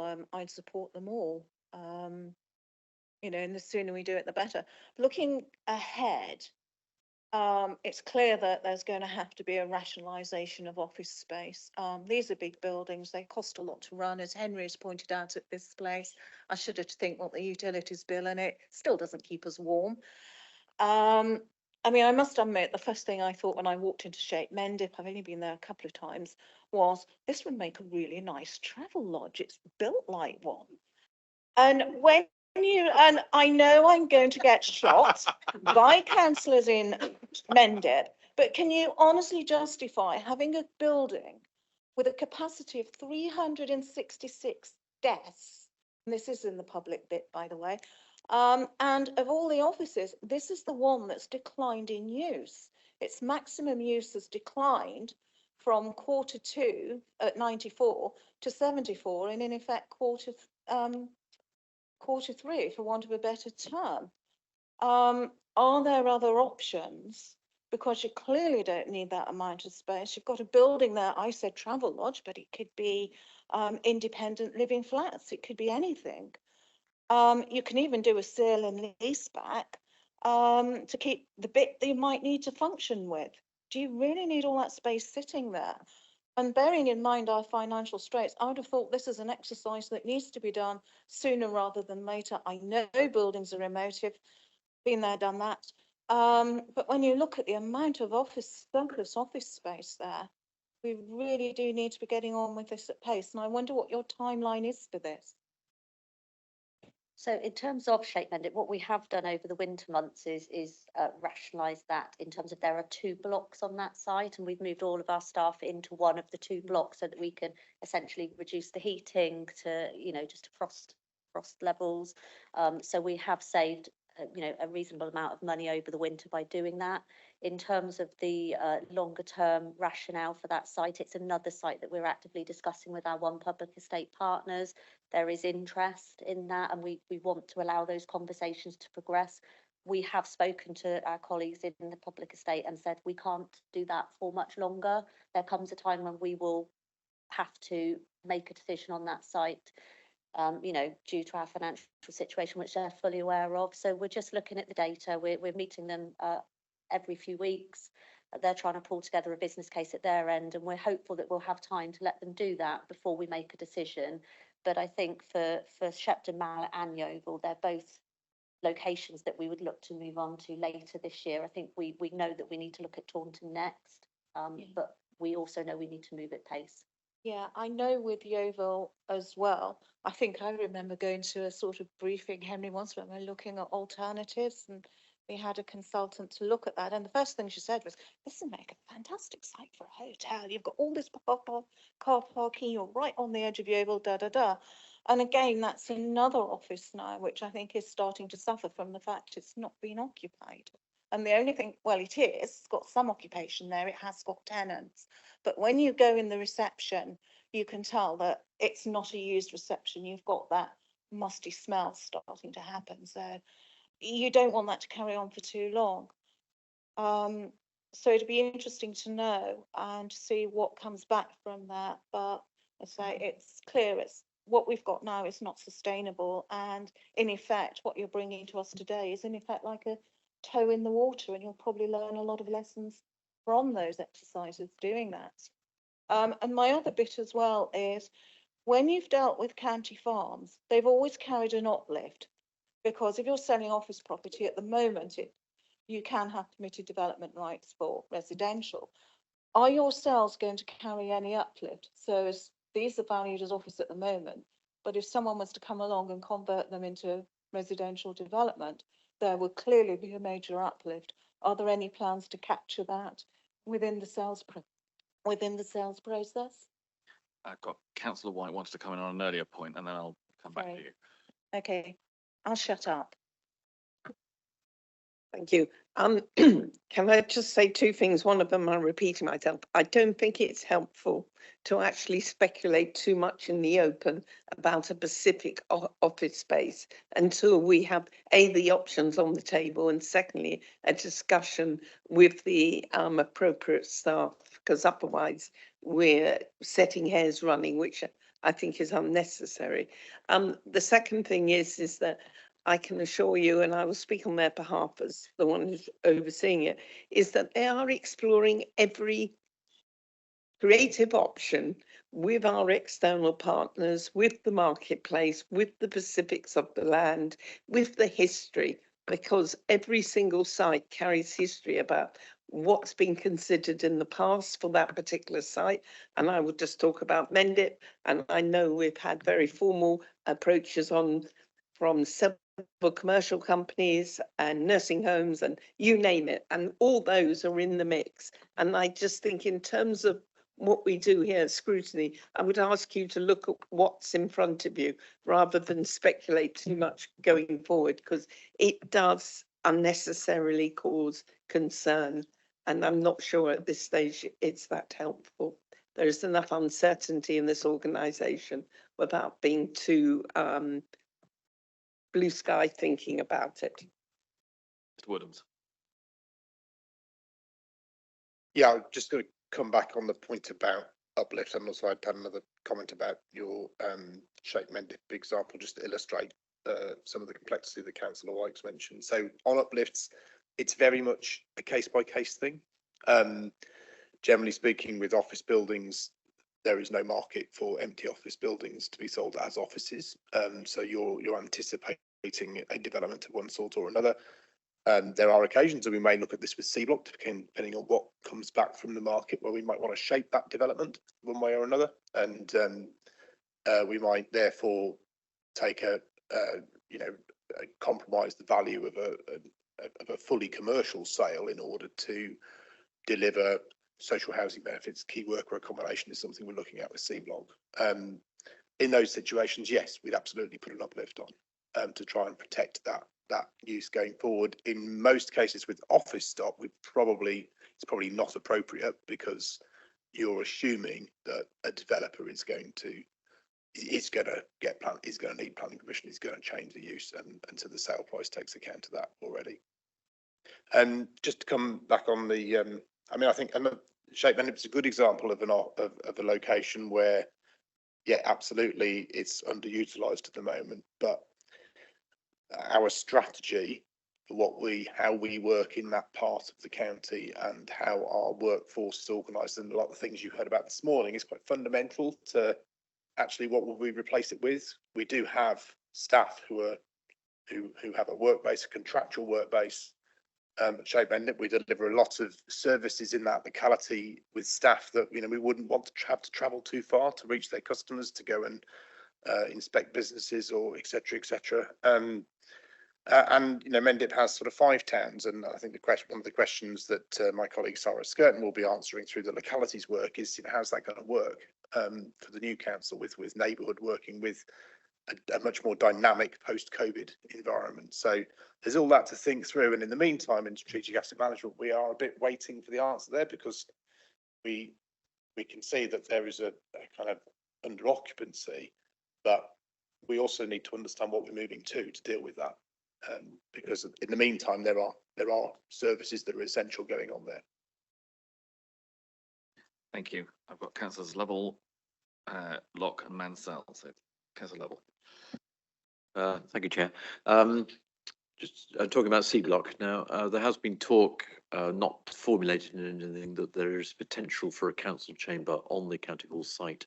Will the decision about Block C affect that or not? I mean, I'm assuming the answer is no, but just confirmation. Secondly, I believe there's an obligation to the law courts from the County Hall site. Will the sale of Block C affect that as well? Just confirmation on both. So the answer is no. We think that there's flexibility for options in the remainder of the site if we did choose to invest in the council chamber facility on the County Hall campus. That what we're anticipating of the sale of C Block would leave room to do that one way or another. And the issue with the law courts is that they are fed from the boiler based in A Block, not C Block. So C Block's not an issue there as well. Thank you very much. Councillor Locke. Thank you. I may have missed it. Could you just clarify when you said the tenants on the first floor down Brimpton Way cease? Or did you not say? Brimpton Way, so the tenants of the police on the. Yeah, I know it floor. is. Yeah. I didn't say who. I said when their tenancy ends. Did you say when? I didn't say when, but it's at the moment it's scheduled for 2026. No, that's fine. You didn't. Yeah. You didn't say when it was. And just to refer back to the library item there, I do have a problem with the Petter's Way, but I don't have a problem with Petter's House, because Petter's House is what we're talking about. Petter's Way is the road. We might have a few problems there.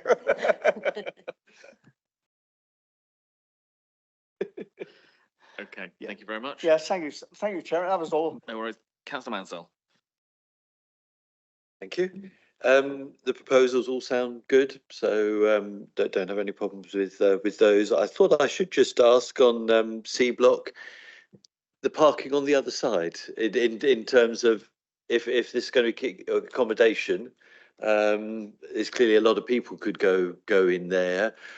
Just wondering. I mean, I've got my own thoughts, but I thought I will just ask the question. You know, how would that be handled? Because there isn't any parking around for lots of people to be accommodated there. So how would that be handled?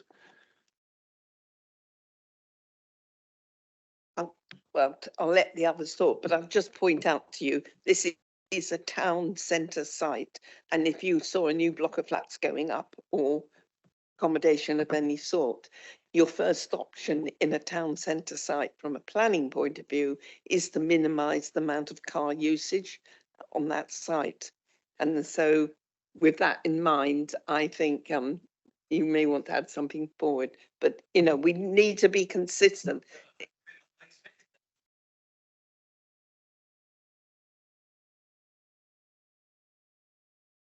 Yeah, no, I mean, there are permitted development opportunities which would enable residential conversion, but you wouldn't be able to add any additional parking with that. And as Sarah's already explained, there are options potentially to share some of our parking, but we'll look at that when we get some bids in and decide what's best for the council. I will add, I was very much thinking along the same lines as Ross. I think we were thinking the same thoughts there, and really that's the approach I hope will happen. I think it could be a worry if lots of parking was created there because it's a busy location. So adding a lot more cars wouldn't seem that good an idea, and I think what was suggesting is the better approach. So I hope that's how it can end up. Thank you. I think I've got to be wary that we don't cut across the remit of Somerset West Planning Committee at some point in time, but the planning issues will be dealt with somewhere else. I've not seen any other questions in the room at the moment, so I have got Councillor Chilcott online. You wanted to comment, please? Thank you very much, Chair. Just a couple of things. Firstly, obviously West Somerset's mentioned. I know there was a meeting some considerable time ago, it might even been before September, about property in West Somerset. I think it's a little bit of a shame that it was really well attended with a lot of interest, and to my understanding, I certainly didn't know about this before this paper. It would have been perhaps nice to feed back to those that took the time to attend to let them know perhaps what the plans were. But my first question, if I could just have an answer to that first, it's a very, very short one. Is the current tenants within West Somerset House, are they staying? That's my first question.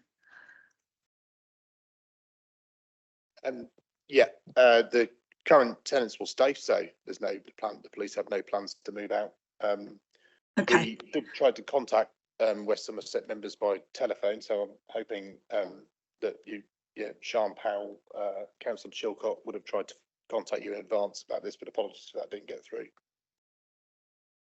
Yeah, it was more for others really, because there were sort of town councillors, etc. It's this building up of a relationship, isn't it, really, that's important as we move forward, and those partners are key. So if they do remain in the building, I know when this was looked at some time ago, and certainly I'm going back probably 10 years, there was talk of the library coming in. One of the concerns then was people arriving perhaps to deposit knives or firearms with police in the building, mixing with those perhaps using a library or young children. So I hope thought's been given to that. So that's the first question. And the second one is that, and I won't talk figures, but there can be a tendency sometimes with councils to take a capital receipt and then spend quite an amount redesigning a building, and then you don't get left with too much at the end of it. So it's the reassurance that that won't happen in this case, because that would somewhat defeat the object, although it would help the ongoing running costs. And just to talk about the Seahorse Centre, I shared my disappointment with you that we were selling that. I just think some drop down spaces in really rural parts of the county are essential for our staff, so I was sad to see the Seahorse Centre being sold. I continue to be sad about that. As for bringing 3 into one building, absolutely the right thing to do, and I look forward to perhaps seeing the plans and how you will model it so that it will hold everybody that it needs to. Thank you, Chair. That's my questions. Thank you. Thank you. So yeah, in terms of one of the things that you've touched on there, Councillor Chilcott, that come out regularly during staff and public consultation was that concern over mix of customer types accessing a property. So I think there's a perception that historically libraries were very quiet places and might be impacted by us moving other services in or co-locating. What we've been told consistently from our library services colleagues is we already see those customers anyway.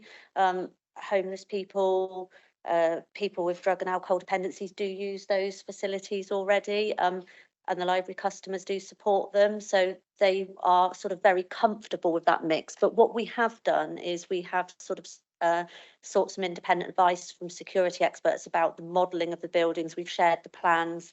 We've asked them to consider line of sight and security arrangements needed, and we've done that not just for customers but for staff comfort as well. So we're as confident as we can be that whilst it is quite a challenging mix of services, it will provide a very good opportunity to co-locate. And also what we know from other studies is that people's behaviour is often managed by the environment that they're in. So when they're in a kind of housing office, they tend to behave quite differently to how they might when they're in a library situation. So we're also mindful that sometimes just the environment and the mix of people in that environment naturally helps to manage behaviours. But we are going to be reviewing that as we go along, and on each of the sites we'll be recommending a kind of user group of all the services so that they communicate regularly as users of the building and managers of the services to make sure that any issues that arise, particularly in the early days, are addressed quite quickly to the satisfaction of all of the users. Thank you. It was children, my concern, as opposed to adult library users. And particularly in Yeovil Library, we've placed those kind of customer areas in an area where we've redesigned the entrance as well, so that should we need to eject difficult people, we can do so without impacting the rest of the users on that site. And we've sought advice around that to make sure that that's both suitable access to minimise impact. Thank you very much. I'm not seeing any other And comments. the question on the finances, just how that's sort of weighing up, is that a consideration? I think it's fair to say that the business case in Willerton is, relatively weak, but it is still positive, and we will be looking to make sure that we can, control costs as much as possible. There are always things we would want to do to buildings that we cannot afford to do, and that is even more so the case now. So, as the detailed quotes come back, we'll be looking at the value of things. We do need to design effective spaces though, because I think if we don't design effective spaces, that's a waste of money too. And I think sometimes you do have to sort of think about the longer term and making spaces flexible for the future, so that you don't have to then go and spend money in 7 years' time again. But I think we accept that the business case in West Somerset is fairly marginal, but there is a business case. Thank you. And lastly, if I can have the details, if we're selling, I will share them forum wide for you. Thank you very much. As I say, I'm not seeing any other comments in the room. So basically, just to confirm, obviously we've got an ongoing, a comprehensive, I think we say it was an option assessment of all our buildings that we're looking at, and I think the process that we appear to be following of doing those in an area at a time makes sense, so you can see how those buildings complement each other or can move forward. That's very much taking into account, as I understand it from what we've said today, it's the state of those buildings, the potential costs of bringing them up to better standards, but also the impact that will have on the staff who obviously work in those areas and the public who need to be able to access those as well. My understanding is we will be getting further of these reports as you move around the different areas to then come forward, so we can assess those at the time. In terms of the 4 items that you raised for us today, my feeling of the discussion that we've had today is that members are supportive of all 4 of those items, which were the 3 buildings and using the fund to bring the other buildings up to the standard and the layout that we need to take them forward. I'm just checking that members are happy that we do record that and pass that back. Again, thank you very much to your team. As we've heard, they are very much under pressure with a lot of different callings on your time. So thank you very much, and we'll look forward to seeing further reports coming forward. Thank you. Members, a little bit behind schedule, but thank you very much for bearing with me today. It has been a long agenda. It's been incredibly important reports that we've had to deal with today. So thank you very much for your time, your contributions. And again, thanks to the officer teams that have been with us for their feedback today. So thank you very much, and we'll close the meeting at just gone to